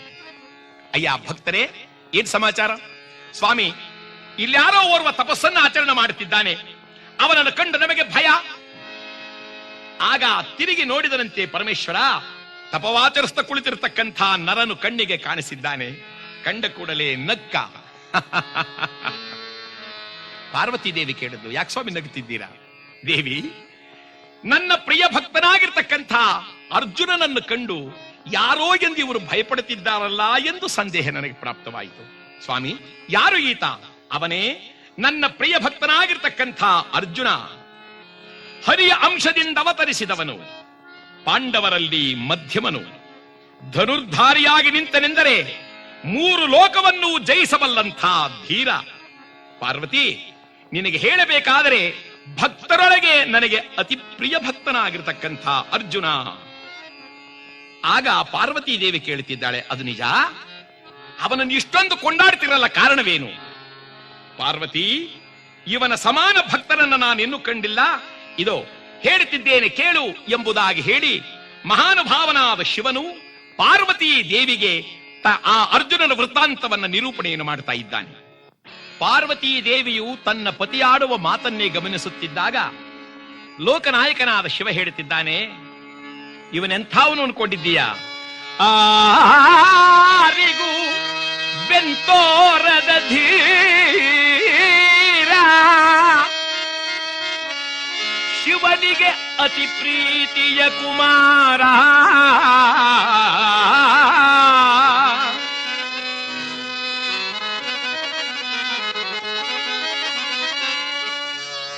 ಪಾರ್ವತಿ, ಬಿಲ್ಲಾಳಿಗಳೊಳಗೆ ಅತಿ ಶ್ರೇಷ್ಠ, ಮುಂದೆ ಬರುವ ಶತ್ರುಗಳನ್ನು ಒಂದೇ ಅಸ್ತ್ರದಲ್ಲಿ ಕೊಂದು ಹಿಂತಿರುಗಿ ನೋಡದೆ ಹಿಂದೆ ಬರುವ ಶತ್ರುಗಳನ್ನು ಹಾಗೆಯೇ ಅಸ್ತ್ರ ಬಿಟ್ಟು ಸಂಹಾರ ಮಾಡಬಲ್ಲ ಧೀರ. ಪಾರ್ವತಿ ದೇವಿ ನೋಡಲು ಇದೇನು ಆಶ್ಚರ್ಯ ರೀ! ಹಿಂದುಗಡೆ ಬರುವವನು ತಿರುಗಿ ನೋಡದೆ ಹಾಗೆ ಅಸ್ತ್ರ ಬಿಡುವುದು ಅಂದ್ರೆ ಅರ್ಥವೇನು? ದೇವಿ, ಇವನು ದೇವೇಂದ್ರನ ಅಂಶದಿಂದ ಅವತರಿಸಿದವನಾದ ಕಾರಣ ಅವನ ಬೆನ್ನಿನಲ್ಲಿ ಒಂದು ಮತ್ಸ್ಯಾಕಾರದ ನೇತ್ರವಿದೆ ಕಾಣೆ. ಆದರೆ ಅವನು ಯಾರಿಗೂ ಬೆನ್ನನ್ನು ತೋರಿ ಹಿಂದೋಡಿದವನಲ್ಲ, ಅಂಥ ಧೀರ. ಪಾರ್ವತಿ ದೇವಿ ಹೇಳಿದ್ಲು, ಹೌದೇ ಸ್ವಾಮಿ, ಹಾಗಾದ್ರೆ ನಾನು ನೋಡ್ಬೇಕಲ್ರಿ? ಎಲ್ಲಾದ್ರೂ ಉಂಟ ಪಾರ್ವತಿ? ಅವನು ಯಾರಿಗೂ ಬೆನ್ನು ತೋರೋಲ್ಲ, ಆದ್ರೂ ನಾನು ನೋಡ್ಬೇಕಲ್ಲ. ಬೇಡ ಪಾರ್ವತಿ, ನಾವು ಅವನು ಬೆನ್ನು ನೋಡ್ಲಿಕ್ಕೆ ಹೋದ್ರೆ ಮಹಾ ಅನರ್ಥವಾಗುತ್ತೆ. ಏನಾದ್ರೂ ಆಗಲ್ರಿ, ನಾನು ಅವನು ಬೆನ್ನು ನೋಡ್ಲೇಬೇಕು. ಪರಮೇಶ್ವರ ಅಂದ, ಸುಮ್ಮನಿದ್ರೆ ಚೆನ್ನಾಗಿತ್ತಲ್ಲ, ನಾನು ಸುಮ್ಮನಿರ್ಲಾರದೆ ಹೇಳಿ ಈಗ ತೊಂದರೆಗೊಳಗಾದವಲ್ಲ. ಪಾರ್ವತಿ, ಹಾಗಾದರೆ ನೀನವನ ಬೆನ್ನನ್ನು ನೋಡಲೇಬೇಕು ಎಂದು ತೀರ್ಮಾನ ಮಾಡುವುದಾದರೆ ನಾನು ಅವನನ್ನೇ ಯುದ್ಧ ಮಾಡಬೇಕಾಗುತ್ತೆ. ಪಾರ್ವತಿ ದೇವಿ ಹೇಳಿದ್ಲು, ಚಿಂತೆ ಇಲ್ಲ ಕಣ್ರಿ, ನಾನು ಅವನ ಬೆನ್ನು ನೋಡಬೇಕು. ಓಹೋ, ಹಾಗೇನು? ಹಾಗಾದರೆ ನಾವು ಅವನೊಡನೆ ಯುದ್ಧ ಮಾಡಬೇಕಾದರೆ ವೇಷಾಂತರವನ್ನು ಧರಿಸಿ ಹೋಗಬೇಕು ಎಂದು ಪಕ್ಕದಲ್ಲಿ ತಿರುಗಿ, ಸಾಧು ಸಂತರೇ ಭಯಪಡಬೇಡಿ, ಆ ತಪಸ್ಸನ್ನು ಮಾಡುತ್ತಿರ್ತಕ್ಕಂಥಾತನಿಂದಾಗಿ ನಿಮಗೆ ಯಾವ ವಿಧವಾದ ತೊಂದರೆ ಇಲ್ಲ, ಹಿಂತಿರುಗಿ ಎಂಬುದಾಗಿ ಎಲ್ಲರನ್ನು ಕಳುಹಿಸಿ ಪರಮಾತ್ಮ ಹೇಳಿದ, ಪಾರ್ವತಿ, ನೀನು ಅವನೊಡನೆ ಯುದ್ಧ ಮಾಡಬೇಕಾದ್ರೆ ನನ್ನಂತೆ ವೇಷ ಧರಿಸಬೇಕು.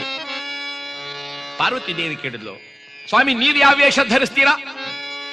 ತೋರ್ತೇನೆ ತಾಳು ಎಂಬುದಾಗಿ ಸಕಲ ಲೋಕನಾಯಕನಾಗಿರ್ತಕ್ಕಂಥ ಪರಮಾತ್ಮ ತಕ್ಷಣ ಕೂಡಲೇ ಒಬ್ಬ ಶಬರನ ವೇಷವನ್ನು ಧರಿಸಿದ್ದಾನೆ.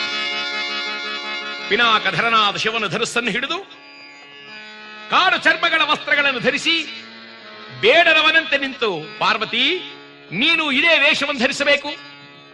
ಪಾರ್ವತಿ ದೇವಿ ಹೇಳಿದ್ಲು, ಅಷ್ಟೇ ತಾನೇ ರೀ, ನೋಡಿ ಎಂಬುದಾಗಿ ಜಗಜ್ಜನನಿ ಶಿವನ ಪಾದಕ್ಕೆ ನಮಸ್ಕಾರವನ್ನು ಮಾಡಿದ್ದಾಳೆ.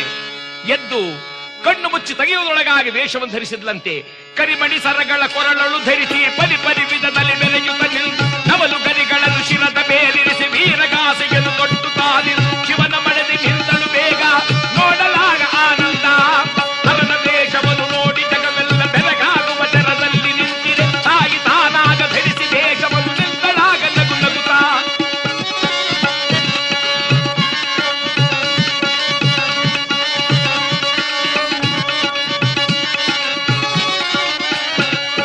ಕರದಲ್ಲಿ ಶರವನ್ನು ಪಿಡಿಯುತ್ತ ಧುರಗೆ ಸಿದ್ಧಳಾಗಿದ್ದಲು ವೇಷವ ಧರಿಸಿ ನಿಂತಳಾಗ ಜಗನ್ಮಾತ. ನಿಂತಳಾಗ ಜಗನ್ಮಾತ. ಕರಿಮಣಿ ಸರಗಳನ್ನು ಕೊರಳಲ್ಲಿ ಧರಿಸಿ, ಕರಿ ಚುಕ್ಕೆಗಳನ್ನು ಹಣೆಯೊಳಗಿರಿಸಿ, ನವಲು ಗರಿಗಳನ್ನು ತಲೆಯ ಮೇಲೆ ಸಿಗಿಸಿ, ಭುಜದ ಮೇಲೆ ಒಂದು ಶುಕನನ್ನು ಇರಿಸಿ, ವೀರಗಾಸೆಯನ್ನು ಧರಿಸಿ, ಕರದೊಳಗೆ ಶರವನ್ನು ಹಿಡಿದು ಧುರಕ್ಕೆ ಸಿದ್ಧಳಾದವಳಂತೆ ಬೇಡತೆಯ ವೇಷವನ್ನು ಧರಿಸಿ ನಿಂತಳಂತೆ ಜಗನ್ಮಾತೆ ಪಾರ್ವತಿ. ಕಂಡೊಡನೆಯೇ ಪರಮೇಶ್ವರನಕ್ಕ, ಪಾರ್ವತಿ, ನೀನು ಎಷ್ಟು ಚಂದವಾದ ರೂಪವನ್ನು ಧರಿಸಿರುವೆ. ಆಯಿತು, ನಡೆ, ನಾವೀಗಲೇ ಹೋಗಿ ಆ ಭಕ್ತನಾಗಿರ್ತಕ್ಕಂಥ ಅರ್ಜುನನನ್ನು ಪರೀಕ್ಷೆ ಮಾಡೋಣ. ನೀನು ಅಪಕ್ಷಪಟ್ಟಂತೆ ಅವನ ಬೆನ್ನನ್ನು ನಿನಗೆ ತೋರಲು ಪ್ರಯತ್ನವನ್ನು ಪಡ್ತೇನೆ, ನಡೆ. ಸ್ವಾಮಿ, ಅದು ಸರಿ, ಅವನು ತಪವಾಚರಿಸ್ತಾ ಕುಳಿತಿದ್ದಾನಲ್ಲ, ಹೇಗ್ರಿ ಯುದ್ಧ ಪ್ರಾರಂಭ ಮಾಡೋದು? ಪರಮೇಶ್ವರ ಹೇಳಿದ, ಅದು ನೋಡು ಪಾರ್ವತಿ, ಆ ಪರ್ವತದ ಶಿಖರದ ಮೇಲೊಬ್ಬ ಕುಳಿತಿದ್ದಾನೆ, ಅವರ ಹೆಸರು ಮೂಕಾಸುರ ಅಂತ. ಆ ಮೂಕಾಸುರ ಎಂಬ ರಾಕ್ಷಸ ಬ್ರಹ್ಮನಲ್ಲಿ ಒಂದು ವರವನ್ನು ಪಡೆದ. ಏನು ವರವೆಂದರೆ, ನನಗೆ ಮರಣವೇ ಬರಬಾರದು. ಬ್ರಹ್ಮ ಹೇಳಿದಪ್ಪ, ಇದು ಸಾಮಾನ್ಯವಾಗಿ ಲೋಕದಲ್ಲಿ ಕೇಳುವಂತಹ ವರವಲ್ಲ. ಜಾತಸ್ಯ ಮರಣಂ ಧ್ರುವಂ, ಹುಟ್ಟಿದ ಮೇಲೆ ಸಾವು ಸಿದ್ಧ, ಅದನ್ನು ಬಿಟ್ಟು ಮತ್ತೇನಾದ್ರೂ ಕೇಳು. ಹಾಗಾದ್ರೆ ಪರಮಾತ್ಮ, ಹರಿಹರರು ಏಕಕಾಲದಲ್ಲಿ ಬಾಣ ಪ್ರಯೋಗ ಮಾಡಿದಾಗ ಮಾತ್ರ ನನಗೆ ಮರಣ ಬರುವಂತೆ ವರವನ್ನು ಕೊಡು. ಅವನು ಭಾವಿಸಿದ್ದ, ಹರಿಹರರು ಏಕವಾಗಿ ಸೇರಿ ನನ್ನ ಮೇಲೆ ಬಾಣ ಪ್ರಯೋಗ ಮಾಡುವುದಿಲ್ಲ, ನಾನು ಸಾಯೋದೇ ಇಲ್ಲ ಅಂತ. ಬ್ರಹ್ಮ ದೈವ ಸಂಕಲ್ಪವನ್ನು ಮನದಲ್ಲಿ ಸ್ಮರಿಸಿ ಆಶೀರ್ವಾದ ಮಾಡಿದ. ತಥಾಸ್ತು. ಅಂದಿನಿಂದ ಈ ಮೂಕಾಸುರ ಈ ಪರ್ವತದ ಶಿಖರದ ಮೇಲೆ ತಪಸ್ವೆಯಂತೆ ಕುಳಿತಿದ್ದು ತಪಸ್ಸನ್ನು ಮಾಡುತ್ತಿರುವಂತೆ ನೆಪ ಮಾಡಿ, ಸಮಯ ಬಂದಾಗ ದೊಡ್ಡ ಹಂದಿಯ ರೂಪವನ್ನು ಧರಿಸಿ ಏಕವಾಗಿ ಎಲ್ಲರ ಮೇಲೂ ಕೂಡ ಹಾರಿ ಅವರನ್ನು ಸೀಡಿ ಕೊಂದು ಆನಂತರದಲ್ಲಿ ಒಬ್ಬೊಬ್ಬರನ್ನಾಗಿ ತಿನ್ನುತ್ತಾ ಬರುವ ಅಭ್ಯಾಸ. ನೋಡು, ಅವನಿಗೀಗ ಮರಣಕಾಲ ಪ್ರಾಪ್ತವಾಗಿದೆ. ನೋಡು ಬಾ ಅನ್ನುವಾಗ ಶಿವನು ತಾನು ಬೇಡರವನ ವೇಷವನ್ನು ಧರಿಸಿ ಶರಣರನ್ನೆಲ್ಲರನ್ನೂ ಬೇಡರನ್ನಾಗಿ ಮಾಡಿ ಪಾರ್ಥ ತಪ ಮಾಡುವ ಎಡೆಗೆ ಕರೆತಂದಿದ್ದಾನೆ. ಆ ವೇಳೆಗೆ ಸರಿಯಾಗಿ ಮೂಕಾಸುರ ತಪಸ್ಸನ್ನು ಮಾಡುತ್ತಿದ್ದವನು ಥಟ್ಟನೆ ಕಣ್ಣನ್ನು ಬಿಟ್ಟು ನೋಡಿದ. ಇದು ಒಳ್ಳೆಯ ಸಮಯ, ಈ ತಪಸ್ವಿಗಳನ್ನೆಲ್ಲ ಹೊಟ್ಟೆ ತುಂಬ ತಿಂದು ಬಿಡ್ತೇನೆ ಎಂಬುದಾಗಿ ಭಾವಿಸಿ ದೊಡ್ಡದಾದ ಹಂದಿಯ ರೂಪವನ್ನು ಧರಿಸಿದ. ನೇರವಾಗಿ ಧಡ ಧಡ ಧಡ ಬರುತ್ತಿದ್ದಾನಂತೆ. ಗಡಗಡ ನಡುಗಿತು ಆ ಕ್ಷಣದೊಳಗೆ ವನದಲ್ಲಿ ನಿಂತ ಮುನಿಗಳ ಎಡೆಗೆ. ಹರನು ಬರುವ ಎಡೆಯೊಳಗೆ ತಾನು ಧರಿಸಲು ರಕ್ಕಸನು ಆ ರೂಪ. ಸಲಹೆನುತ್ತಾ ಮುನಿ ಕೋಟಿ ಕೂಗಲಾಗ. ಕಾಪಾಡಿ ಕಾಪಾಡಿ ಕಾಪಾಡಿ ಎಂದು ಸಾಧು ಸಂತರೆಲ್ಲ ಕೂಗುತ್ತಿದ್ದರೆ ತಪವನಾಚರಿಸ್ತಾ ಕುಳಿತಿದ್ದ ಪಾರ್ಥ ಥಟ್ಟನೆ ಕಣ್ಣನ್ನು ಬಿಟ್ಟು ನೋಡಿದ. ಎಂಥ ಅಗಾಧವಾದ ರೂಪದಿಂದ ಕೂಡಿದ ಪಂದಿ, ಸಾಧು ಸಂತರನ್ನು ಕಾಡುತ್ತಿದ್ದೀಯ ನೋಡೆಂಬುದಾಗಿ ಬತ್ತಲಿಕೆಯಿಂದ ಬಾಣವನ್ನು ತೆಗೆದ. ಮತ್ತೊಮ್ಮೆ ಎದುರಿಗೆ ಬರುತ್ತಿರತಕ್ಕಂಥ ಮೂಕಾಸುರ, ಪಂದಿಯ ರೂಪಧಾರಿಯಾದ ಮೂಕಾಸುರನಿಗೆ ಗುರಿಯನ್ನಿಟ್ಟು ಬಾಣವನ್ನೆಳೆದ. ಈ ಕಡೆಯಲ್ಲಿ ಪರಮಾತ್ಮ ಹೇಳಿದ, ಪಾರ್ವತಿ ಸುಮ್ಮನೆ ಜಗಳ ಬೇಡ ಕಣೆ, ಅವನು ಬೆನ್ನು ನೋಡೋಕೋಸ್ಕರ ನಾನು ಜಗಳ ಆಡ್ಬೇಕಾಗುತ್ತಲ್ಲೇ. ಪಾರ್ವತಿ ದೇವಿ ಹೇಳಿದ, ಚಿಂತೆ ಇಲ್ಲ ಕಣ್ರಿ, ನಾನು ಅವನು ಬೆನ್ನು ನೋಡ್ಬೇಕು. ಆಯಿತು ನೋಡಿ, ಈಗ ಅವನ ಅಸ್ತ್ರ ತೊಟ್ಟಿದ್ದಾನೆ, ನಾನು ಅಸ್ತ್ರ ಪ್ರಯೋಗ ಮಾಡ್ತೇನೆ ಎಂಬುದಾಗಿ ಜಗದೊಡೆಯನಾದ ಶಿವನೂ ತಾನೊಂದು ಕಡೆಯಲ್ಲಿ ಅಸ್ತ್ರವನ್ನೆಳೆದು ನಿಂತನಂತೆ. ಈ ಪಂದಿಯೂ ಸರಸರ ಸರಸರ ನುಗ್ಗಿ ಇವರಿಬ್ಬರ ಮಧ್ಯದಲ್ಲಿ ಬರುವಾಗ ಒಂದು ಕಡೆಯಲ್ಲಿ ನರನು, ಮತ್ತೊಂದು ಕಡೆಯಲ್ಲಿ ಹರನು. ನರಹರರೀರ್ವರು ಶರವನ್ನು ಕರದೊಳಗೆ ಪಿಡಿದು ಮಧ್ಯಕ್ಕೆ ಬಂದಾಗ ಸೆಳೆದಿದ್ದೇನೆ ಢಾಮನೆ ಹೊಡೆದರಂತೆ. ಈ ಕಡೆಗಳಲ್ಲಿ ಬಾಣ ಸೇರಿದೊಡನೆ ಪಂದಿ ಹಾರಿ ಹಾ ಅಂತ ಕೆಳಗೆ ಬಿತ್ತು. ಏನಗಾಧವಾದ ರೂಪಿನ ಪಂದಿ. ಪಾರ್ಥನಿಗೆ ಸಂತೋಷವಾಯಿತು. ಸದ್ಯ ನಾನು ಬಾಣಬಿಲ್ಲುಗಳನ್ನು ಹಿಡಿದು ತಂದದ್ದು ಇಲ್ಲಿದ್ದ ಸಾಧು ಸಂತರಿಗೆ ಕ್ಷೇಮವನ್ನುಂಟು ಮಾಡಿದಂತಾಯಿತು. ಕ್ಷತ್ರಿಯನಾಗಿ ಅವತರಿಸಿದ ನಾನು ಈ ಕಾರ್ಯವನ್ನು ಮಾಡಿದ್ದನ್ನ ನಮ್ಮ ಅಣ್ಣನಿಗೆ ಹೇಳಿದರೆ ಅಣ್ಣ ಎಷ್ಟು ಸಂತೋಷ ಪಡ್ತಾನೋ, ಎಷ್ಟು ಜನಗಳಿಗೆ ಕ್ಷೇಮವಾಯಿತು. ಒಂದು ಕಾರ್ಯ ಮಾಡುತ್ತೇನೆ, ಈ ಪಂದಿಯನ್ನು ಕೊಂದ ಗುರುತಿಗಾಗಿ ಇದರ ಬಾಲದ ಗೊಂಡೆಯನ್ನು ಮತ್ತು ಕೋರೆ ದಾಡೆಗಳನ್ನು ತೆಗೆದುಕೊಂಡು ಹೋಗ್ತೇನೆ ಎಂಬುದಾಗಿ ಬಂದು ಆ ಬಾಲದ ಗೊಂಡೆಯನ್ನು ಕೋರೆ ದಾಡೆಗಳನ್ನು ತೆಗೆದುಕೊಂಡು ಹೋಗುವುದಕ್ಕೆ ಹತ್ತಿರಕ್ಕೆ ಬರ್ತಿದ್ದಾನೆ. ಪರಮಾತ್ಮ ಮತ್ತೊಂದು ಕಡೆ ಬಂದ. ಯಾರಲ್ಲಿ ಬರ್ರಪ್ಪ ಈ ಕಡೆ. ಓಹೋ, ಈಗ ಬರ್ರೋ. ಕಾಡು ಜನರಂತೆ ವೇಷವನ್ನು ಧರಿಸಿದ ಶಿವ, ಈ ಕಡೆ ಬನ್ನಿ, ತಲೆ ಕಡೆ ಬನ್ನಿ, ಕೆಲವರು ಬಾಲದ ಕಡೆ ಬನ್ನಿ, ಹಗ್ಗ ಎಸೀರಿ, ಏನ್ ಮಾಡ್ತಾ ಇದ್ದೀರಾ? ಅರ್ಜುನ ನೋಡಿದ, ಇದೇನು ಆಶ್ಚರ್ಯ, ಈ ಪಂದಿ ಸತ್ತೊಡನೆ ಇಷ್ಟೊಂದು ಮಂದಿ ಬಂದಿದ್ದಾರಲ್ಲ, ಓಹೋ, ಈ ಕಾಡು ಜನರು ಇದರ ಭಕ್ಷಣೆಯನ್ನು ಮಾಡ್ತಾರೋ ಏನು,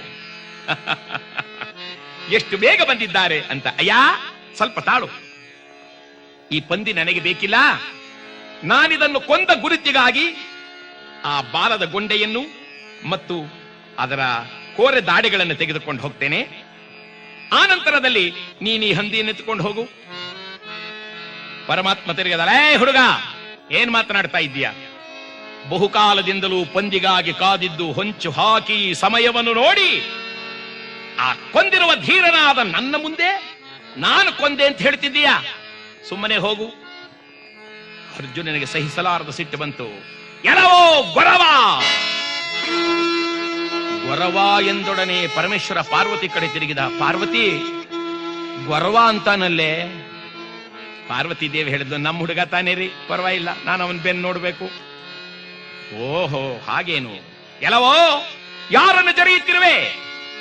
ಆಗ ಅರ್ಜುನ ಹೇಳಿದ,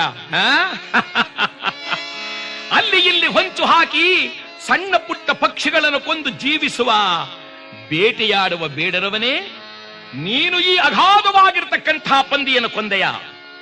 ಗುರುಮುಖೇನ ಮಂತ್ರಪೂರಿತವಾದ ಅಸ್ತ್ರಗಳನ್ನು ಪ್ರಯೋಗ ಮಾಡುವ ಶಕ್ತಿಯನ್ನು ಪಡೆದಿರುವ ಪಾರ್ಥನ ಮುಂದೆ ಕ್ಷುಲ್ಲಕನಾದ ನಿನ್ನ ಮಾತೆ? ಒಳ್ಳೆಯ ಮಾತಿನಿಂದ ಹೇಳ್ತಿದ್ದೀನಿ, ಹೊರಟೋಗು. ಪರಮಾತ್ಮ ತಿರುಗಿದ. ಪಾರ್ವತಿ, ಒಳ್ಳೆ ಮಾತಿನಿಂದ ಹೇಳ್ತಿದ್ದೀನಿ, ಹೊರಟೋಗು ಅಂತಾನೆ, ನಡೆಯೋ ಹೊರಟೋಗೋಣ. ಪಾರ್ವತಿ ದೇವಿ ಹೇಳಿದ್ದು, ಸಾಕ್ರಿ ನಿಮ್ಮ ಹಾಸ್ಯ, ನಾನು ಅವನು ಬೆನ್ನು ನೋಡ್ಬೇಕು. ಗ್ರಹಚಾರಕ್ಕೆ ಬಂತೆ. ಹಾಗಾದ್ರೆ ತಾಳು ಅಂತ ತಿರುಗಿದ. ಎಲ್ಲವೋ ಬಾಲಕ, ಯಾರು ನೀನು? ಯಾರೇ? ಮಧ್ಯಮ ಪಾಂಡವನೆಂದು ಬಿರುದನ್ನು ಪತ್ತಿರುವಾನೋ ಅರ್ಜುನ. ಓಹೋ, ಅರ್ಜುನನು ನಿನ್ನ ಬಾಣದಿಂದಲೇ ಈ ಹಂದಿ ಸತ್ತಿದೆ ಎಂಬುದಾಗಿ ಭಾವಿಸಿರುವೆಯೋ?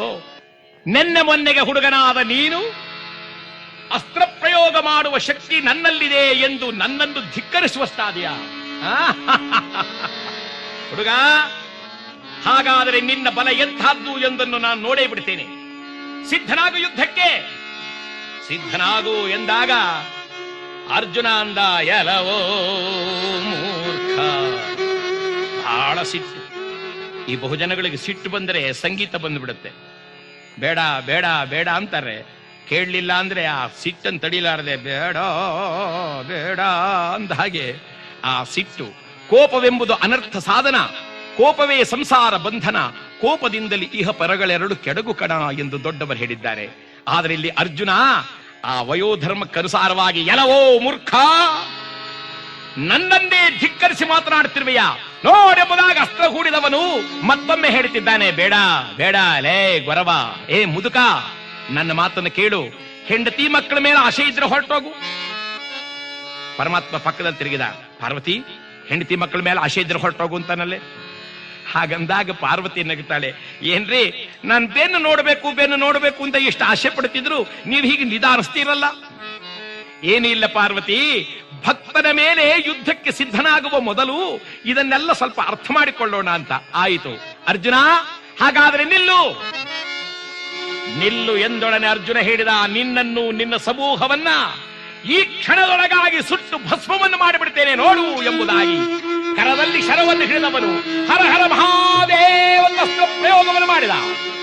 ಒಂದೊಂದಾಗ ಅಸ್ತ್ರ ಪ್ರಯೋಗವನ್ನು ಮಾಡುತ್ತಾ, ಇದ ನೋಡು, ನಿನ್ನನ್ನ ಆಗ್ನೇಯಾಸ್ತ್ರದಿಂದ ನಿನ್ನ ಸಮೂಹವನ್ನೆಲ್ಲ ಸುಟ್ಟು ಬೂದಿಯನ್ನು ಮಾಡಿಬಿಡ್ತೇನೆ ಎಂಬುದಾಗಿ ಆಗ್ನೇಯಾಸ್ತ್ರವನ್ನು ಕೈನಲ್ಲಿ ಹಿಡಿದನಂತೆ.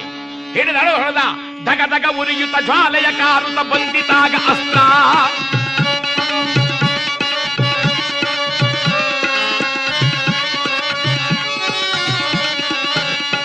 ಕಂಡು ಹರನು ಮನದೊಳಗೆ ಸಂತಸವ ತಾಳುತ್ತಲಿ ನಿಂದನಾಗ, ಅಯ್ಯೋ ಭಕ್ತರ ಮಹಿಮೆಯನು ನೋಡಿ ನಗುತ್ತ ನಿಂತನಾಗ. ಆಗ್ನೇಯಾಸ್ತ್ರ ಬರುತ್ತಿದ್ದರೆ ಶಿವ ನಗುತ್ತಾನಂತೆ. ಹಾಲಲೋಚನೆಂದೆರಿಸಿ ಮಾರನನ್ನೇ ಸುಟ್ಟು ಭಸ್ಮವನ್ನು ಮಾಡಿದಂಥ ಈ ಶಿವನಿಗೆ ಈ ಆಗ್ನೇಯಾಸ್ತ್ರ ಏನು ಮಾಡುತ್ತೆ ಎಂದರೆ, ಆಗ್ನೇಯಾಸ್ತ್ರವು ಬಂದು ಶಿವನಿಗೆ ಪ್ರದಕ್ಷಿಣೆಯನ್ನು ಮಾಡಿ ಸುಮ್ಮನೆ ಕುಳಿತಿದೆ.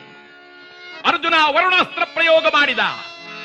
ಶಂಕರ ನಗುತ್ತಾನೆ, ಗಂಗಾಧರ ನೆನೆಸಿ ಶಿರದ ಮೇಲೆ ಗಂಗೆಯ ನಿರಿಸಿ ಜಗದೊಳಗೆ ಮೆರೆದೆನಗೆ. ತಲೆಯ ಮೇಲೆ ಗಂಗೆಯನ್ನಿರಿಸಿ ಜಗತ್ತಿಗೆ ಗಂಗೆಯನ್ನು ಉದ್ಧರಿಸಲು ಬಿಟ್ಟಂತ ನನಗೆ ಈ ಅಸ್ತ್ರ ಏನು ಮಾಡುತ್ತೆ ಎಂದರೆ, ಆ ವರುಣಾಸ್ತ್ರವೂ ಪ್ರದಕ್ಷಿಣೆ ಮಾಡಿ ಸುಮ್ಮನೆ ಕುಳಿತಿದೆ. ಸರ್ಪಾಸ್ತ್ರವನ್ನು ಬಿಟ್ಟ. ಆ ಬರುವ ಸರ್ಪಾಸ್ತ್ರವನ್ನು ಕಂಡು ಶಿವ ನಗುತ್ತಾ ಹೇಳ್ತಾನೆ, ನನ್ನ ಆಭರಣಗಳು ಹಳೆಯದಾಗಿದೆ, ಆದ್ದರಿಂದ ಇದು ನೋಡಿ ಬರ್ತಾ ಇದೆ ಹೊಸ ಆಭರಣಗಳು ಎಂಬುದಾಗಿ ಭಾವಿಸಿ ಆ ಸರ್ಪಗಳನ್ನೆಲ್ಲ ಧರಿಸುತ್ತಿದ್ದನಂತೆ. ಪಾರ್ವತೀ ದೇವಿ ನೋಡಿ ನಗುತ್ತಿದ್ದಾಳೆ. ಆಗ ಅರ್ಜುನ ತೀರ್ಮಾನ ಮಾಡಿದ, ಈಗಲ್ಲ ನೋಡು ಎಂಬುದಾಗಿ ತಿಳಿದು ಗಿರಿಯಾಸ್ತ್ರವನ್ನು ಪ್ರಯೋಗ ಮಾಡಿದ್ದಾನೆ. ಮಹಾನುಭಾವನಾಗಿರ್ತಕ್ಕಂಥ ಪಾರ್ಥ. ಗಿರಿಯಾಸ್ತ್ರಗಳು ಗಗನ ಮಾರ್ಗದಲ್ಲಿ ಸರಸರನೆ ಬರುತ್ತಿರುವಾಗ ಕಂಡ ಪರಮೇಶ್ವರನು ನಗುತ್ತಾ ಹೇಳಿದರಂತೆ, ಪಾರ್ವತಿ, ಅದ ನೋಡು, ನಿನ್ನ ನೆಂಟರಿಷ್ಟರೆಲ್ಲ ಬರ್ತಾ ಇದ್ದಾರೆ. ಯಾಕೆಂದ್ರೆ ನೀನು ಪರ್ವತರಾಜನ ಮಗಳಾದ್ದರಿಂದ ಈ ಬರುತ್ತಿರೋರೆಲ್ಲರೂ ನಿನಗೆ ನೆಂಟರು. ಕರಿ, ಅವರನ್ನು ಸತ್ಕರಿಸು. ಆ ಪರ್ವತಗಳೆಲ್ಲ ಶಿವಪಾರ್ವತಿಯರಿಗೆ ಪ್ರದಕ್ಷಿಣೆಯನ್ನು ಮಾಡಿ ನಮಸ್ಕಾರ ಮಾಡಿ ಹೊರಟಿದೆ. ಆಗ ಅರ್ಜುನ ಆ ಕಡೆ ಈ ಕಡೆ ನೋಡುತ್ತಿದ್ದರೆ ಪರಮೇಶ್ವರ ಹೇಳಿದ, ಏಕೆ ಪಾರ್ಥ, ನಿನ್ನಲ್ಲಿ ಅಸ್ತ್ರಗಳು ಮುಗಿದು ಹೋಗಿವೆ ಏನು? ಬೇಕಾದರೆ ಸಾಲ ಕೇಳು, ಸ್ವಲ್ಪ ಕೊಡ್ತೇನೆ. ಅರ್ಜುನ ಹೇಳಿದ, ಎಲ್ಲವೋ ಗೊರವ. ಪರಮಾತ್ಮ ಅಂದ, ಪಾರ್ವತಿ ಗೊರವ ಅಂತಾನಲ್ಲೇ? ಅಯ್ಯೋ, ನಮ್ಮ ಹುಡುಗ ಕಣ್ರಿ, ನಾನು ಅವನು ಬೆನ್ನು ನೋಡ್ಬೇಕು. ಓಹೋ, ಹಾಗಾದ್ರೆ ನೋಡಿ ಈಗ ಏನದು ಪಾರ್ಥ, ಎಲ್ಲವೋ ಗೊರವ, ನನ್ನಲ್ಲಿ ಅಸ್ತ್ರ ಮುಗಿದರೇನು, ಈ ಧನುಸ್ಸನ್ನೇ ನಿನ್ನ ಮೇಲೆ ಎರಚಿ ಬಿಡ್ತೇನೆ ಎಂದು ಎತ್ತು ಬಿಸಾಡಿದರಂತೆ. ಪರಮೇಶ್ವರನ ಕರದೊಳಗೆ ಹಿಡಿದು ನಿಲ್ಲಿಸಿದ. ಮುಂದೇನು ಮುಂದೇನು ಎಂದಾಗ ಇವನಂದ, ಮುಂದೆ ತೊಲುವಿನೊಳಗೆ ತೊಟ್ಟೊಂದು ರಕ್ತವಿರುವನಕ ನಿನ್ನೊಡನೆ ಹೋರಾಡಿ ಸಾಯಿತೇನೆ ವಿನಃ ಸೋಲೆಂಬುದನ್ನು ಒಪ್ಪುವುದಿಲ್ಲ. ಬಾ ಮಲ್ಲ ಯುದ್ಧಕ್ಕೆ. ಪರಮೇಶ್ವರ ನೋಡಿದ, ಮಲ್ಲ ಯುದ್ಧ? ಪಾರ್ವತಿ, ಕುಸ್ತಿ ಕರೀತಿದ್ದಾನೆ, ನಾನು ಅವನು ಬೆನ್ನು ನೋಡ್ಬೇಕ್ರಿ. ಹಾಗಾದ್ರೆ ಇದೇ ಸಮಯ ಬಾ ಎಂಬಾಗ ಇಬ್ಬರೂ ಯುದ್ಧಕ್ಕೆ ನಿಂತಿದ್ದರಂತೆ. ಅರ್ಜುನ ಹಾರಿದ. ಹಾರಿಕರವನ್ನು ಪಿಡಿದು ಧರ ನರಜ ಸೆಳೆ ತಂದನು ನರನಾಗ.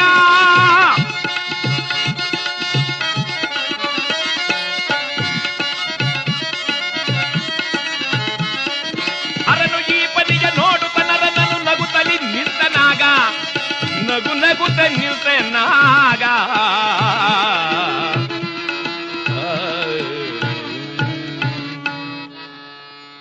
ಪರಮೇಶ್ವರನು ನರನೊಡನೆ ಮಲ್ಲ ಯುದ್ಧಕ್ಕೆ ನಿಂತಾಗ ಇಬ್ಬರು ಹೊರಳಾಡುತ್ತಿದ್ದರೆ ಹೊರಳಾಡುತ್ತ ಪರಮೇಶ್ವರ ಯೋಚನೆ ಮಾಡಿದನಂತೆ, ನನ್ನ ಭಕ್ತನಿಗೆ ಸೋಲನ್ನುಂಟು ಮಾಡಲು ನಾನು ಸಿದ್ಧನಿಲ್ಲ. ನಾ ಸೋತಂತೆ ಕಂಡರೂ ಚಿಂತೆಯಿಲ್ಲ, ನನ್ನ ಪ್ರಿಯ ಭಕ್ತನಿಗೆ ಸೋಲಾಗಬಾರದು ಎಂದು ಭಾವಿಸೇನು ಮಾಡಿದರಂತೆ, ತಾನು ಕೆಳಗುರುಳಿದನಂತೆ. ಹರನು ಕೆಳಗುರುಳಿ ನರನ ಮೇಲಿರಿಸಿ ಗಿರಿಜೆಯ ಕಡೆ ಕೈ ತೋರಿ ಗಗನ ಮಾರ್ಗಕ್ಕೆ ಬಾ ಎಂದ. ಗಗನ ಮಾರ್ಗಕ್ಕೆ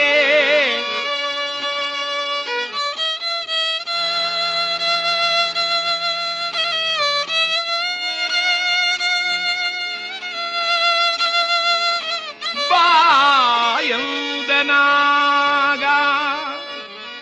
ತಾನು ಕೆಳಗುರುಳಿ ಆ ಅರ್ಜುನನನ್ನ ತನ್ನ ಮೇಲಿರಿಸಿ ಅವನ ಬೆನ್ನು ಗಗನಕ್ಕೆ ಕಾಣುವಂತೆ ಮಾಡಿ ಪಾರ್ವತಿಗೆ ಕೈ ಸನ್ನೆಯನ್ನು ತೋರಿದನಂತೆ.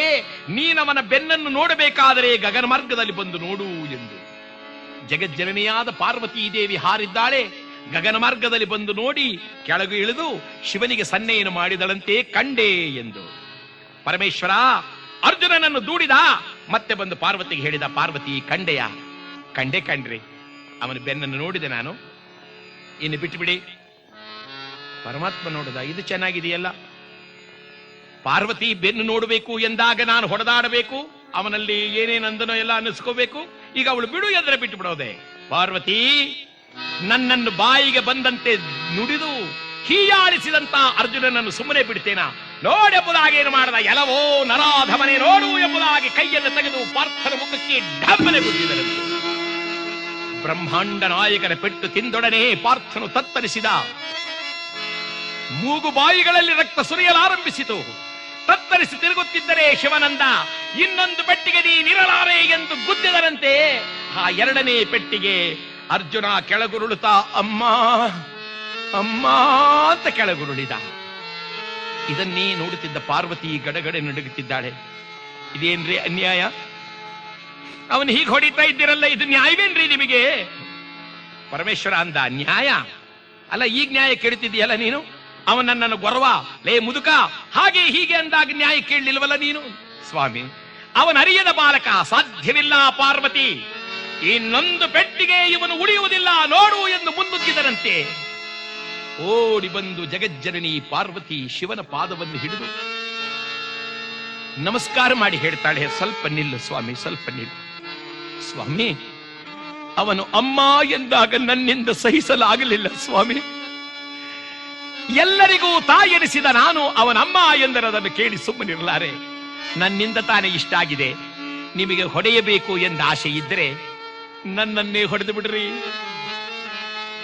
ಆ ಜಗನ್ಮಾತೆಯ ಕಣ್ಣಲ್ಲಿ ಕಣ್ಣೀರನ್ನು ಕಂಡಂತ ಶಿವ ನಗುತ್ತಾ ಹೇಳ್ತಾನೆ, ಪಾರ್ವತಿ, ನಿನಗೆ ನನ್ನ ಭಕ್ತನಾದ ಅರ್ಜುನನ ಮೇಲೆ ವಿಶ್ವಾಸ ಇದೆಯೋ ಇಲ್ಲವೋ ನೋಡೋಣ ಅಂತ ನಾನು ಈ ನಾಟಕವನ್ನಾಡಿದೆ. ಹೋಗು, ಅವನಿಗೆ ಸಹಾಯವನ್ನು ಮಾಡು. ತಾಯಿ ಹತ್ತಿರಕ್ಕೆ ಬಂದಿದ್ದಾಳೆ. ಪಾರ್ಥ ಅಮ್ಮ ಅಮ್ಮ ಅಂತಿರುವಾಗ ಆ ಅಮೃತಮಯವಾದ ತನ್ನ ಹಸ್ತವನ್ನ ಪಾರ್ಥನಿಗೆ ಸವರಿದಳಂತೆ ಜಗನ್ಮಾತೆ ಪಾರ್ವತಿ. ಸ್ವಲ್ಪ ಚೇತರದಿಂದ ಎದ್ದ ಅರ್ಜುನ ಯಾರು ಇಲ್ಲದನ್ನು ಕಂಡು, ಎಲವೋ ಬೇಡರವನೇ, ಈ ತನುವಿನೊಳಗೆ ಇನ್ನೂ ಬಲವಿದೆ, ಸ್ವಲ್ಪ ತಾಳು. ನಾನು ಮಾಡಿದೊಂದು ಅಪರಾಧವನ್ನ ಮನಸ್ಸಿನಲ್ಲಿ ಸ್ಮರಣೆ ಮಾಡುತ್ತಿದ್ದೇನೆ. ಎನ್ನಣ್ಣ ಧರ್ಮರಾಜ ಹೇಳಿದ್ದ, ಯಾವ ಕಾಲಕ್ಕೂ ಶಿವನನ್ನು ಮರೆಯದೆ ಧ್ಯಾನಿಸು ಎಂದು. ಸ್ವಲ್ಪ ಕಾಲ ನಾನು ಅದನ್ನು ಮರೆತು ಈ ಪಾಡು ಬೇಟೆಗೆ ಮನಸ್ಸನ್ನು ಸೋತಿದ್ದೇ ಇಷ್ಟ ಅನರ್ಥಕ್ಕೆ ಕಾರಣ ಎಂದು ಕಾಣುತ್ತಿದೆ. ನಾನು ಒಮ್ಮೆ ನನ್ನೊಡೆಯನೊಡನೆ ಕ್ಷಣಕಾಲ ಭಕ್ತಿಯ ಮಾರ್ಗವನ್ನು ಕಂಡು ಆರಾಧಿಸಿ ಆನಂತರ ನಿನ್ನ ಮೇಲೆ ಯುದ್ಧಕ್ಕೆ ಬರ್ತೇನೆ, ತಾಳು. ದೂರದಲ್ಲಿ ನಿಲ್ಲಿಸಿದ. ಮರಳಿನಲ್ಲಿ ಲಿಂಗವನ್ನು ನಿರ್ಮಿತ ಮಾಡಿದ. ಹೇ ದೇವಾ, ನನ್ನ ಮೇಲೆ ಏಕಿಷ್ಟೊಂದು ಸಿಟ್ಟಾಗಿರುವೆ ದೇವಾ? ನಾನು ಮಾಡಿದ ಅಪರಾಧವೇನು? ಏನಿ ಶೋಧನೆ ದೇವನೇ, ಏನಿ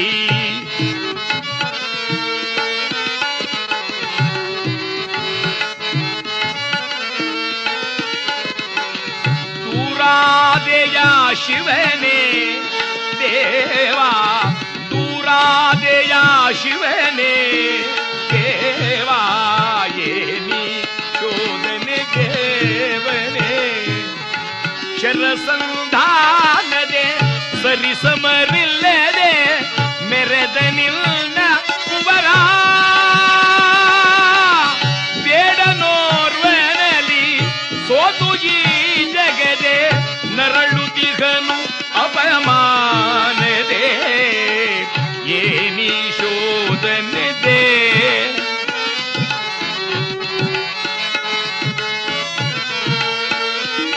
ದೇವನೇ ದೇವನೇ ಹೇ ದಯಾಮಯನಾದ ಶಿವನೇ, ನಾನು ಸೋತು ಹಿಂತಿರುಗಿದರೆ ಜಗವೆಲ್ಲ ನನ್ನನ್ನೇನಂದೀತು ಸ್ವಾಮಿ.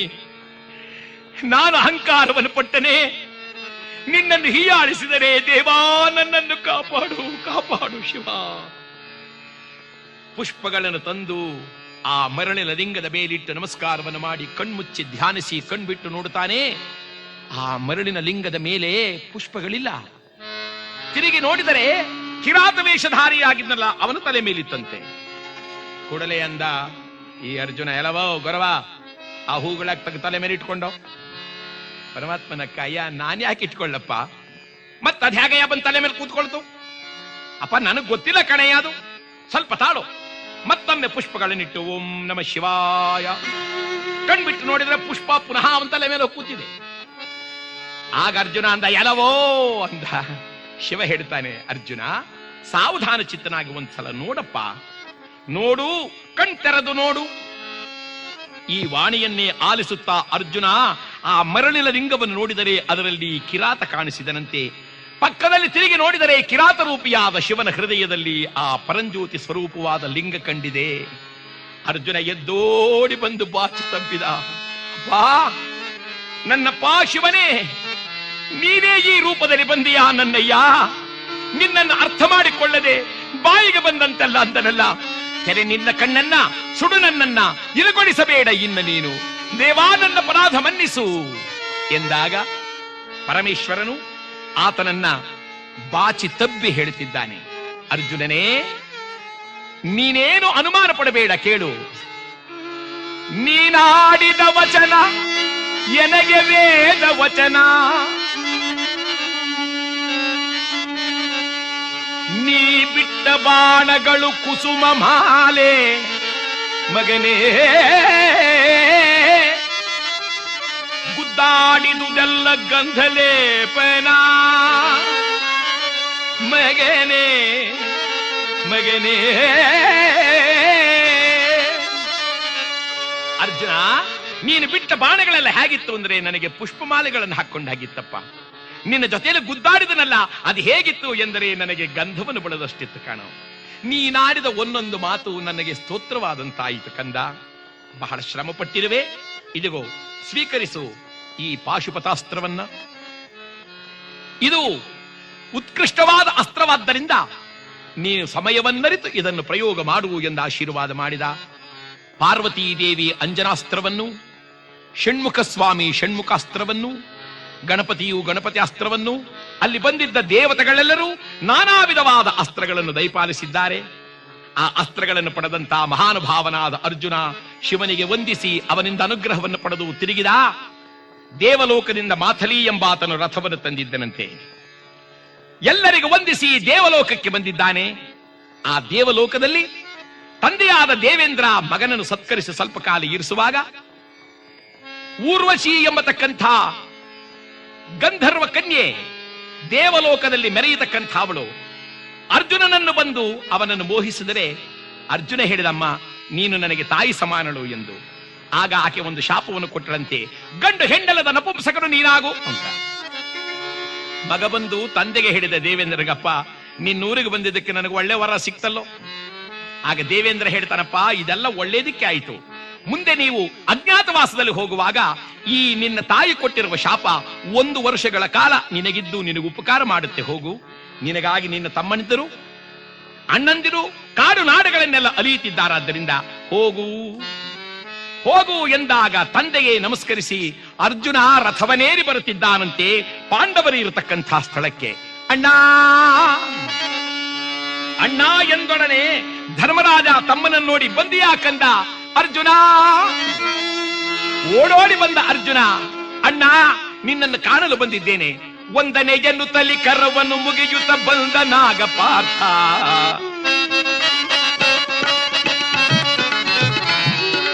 ಕರವನ್ನು ಮುಗಿಯುತ್ತ ವರವನ್ನು ಪಡೆದನು ಎಂದು ಪೇಳುತ್ತಲಿಯಾಗ ಹರನ ಒಲಿಮೆಯನ್ನು ಕೊಂಡಾಡುತ್ತಲಿ ನಿಂತ ಪಾರ್ಥ ಬೇಗ.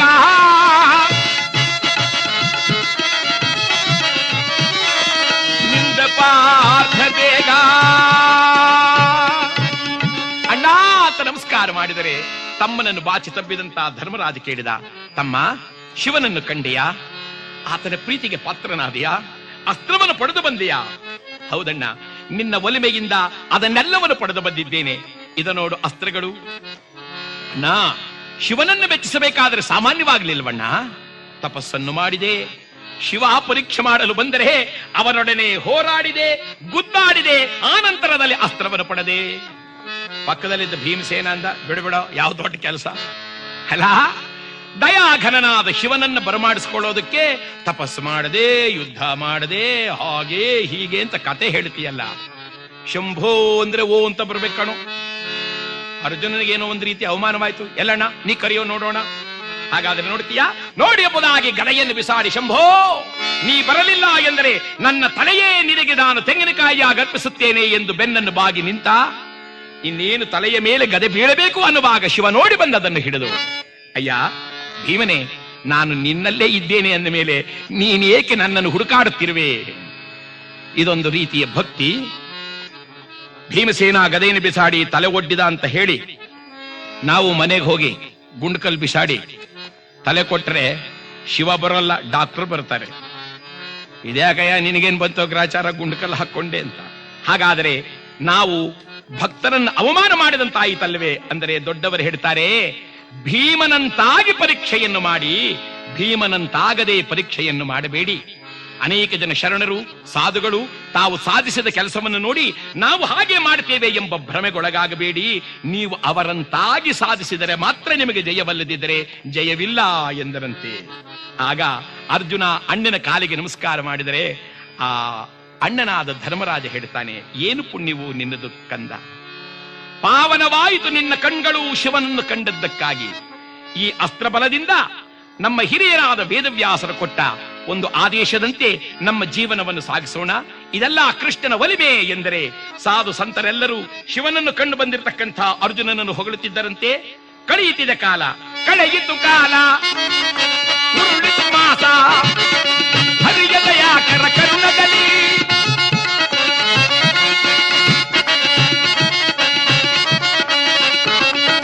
ಕಾನನ ವಾಸವ ಕಳೆದ ಪಾಂಡವರು ಎದುರು ನೋಡು ತಲಿದಿರವಾಗ ಹರಿಯ ಒಲಿಮೆಯದು ಬರದರೆ ಸಾಕೆಂದು ತಡಿದರು ಬೇಗ. ವರನರ ಗರಿತರದಲ್ಲಿ ಮೆರೆಯುವ ಜಗದಳು ಮೆರೆದ ರಾಗ.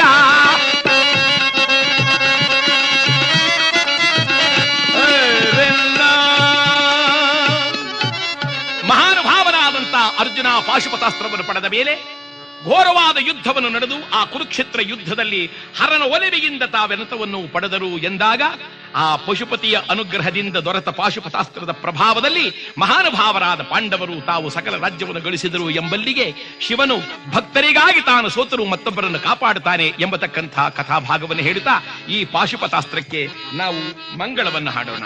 ಮಂಗಳವಾಗಲಿ ಸರ್ವರಿಗೆ, ಶುಭ ಮಂಗಳವಾಗಲಿ ಅನಿತರಿಗೆ, ಮಂಗಳವಾಗಲಿ.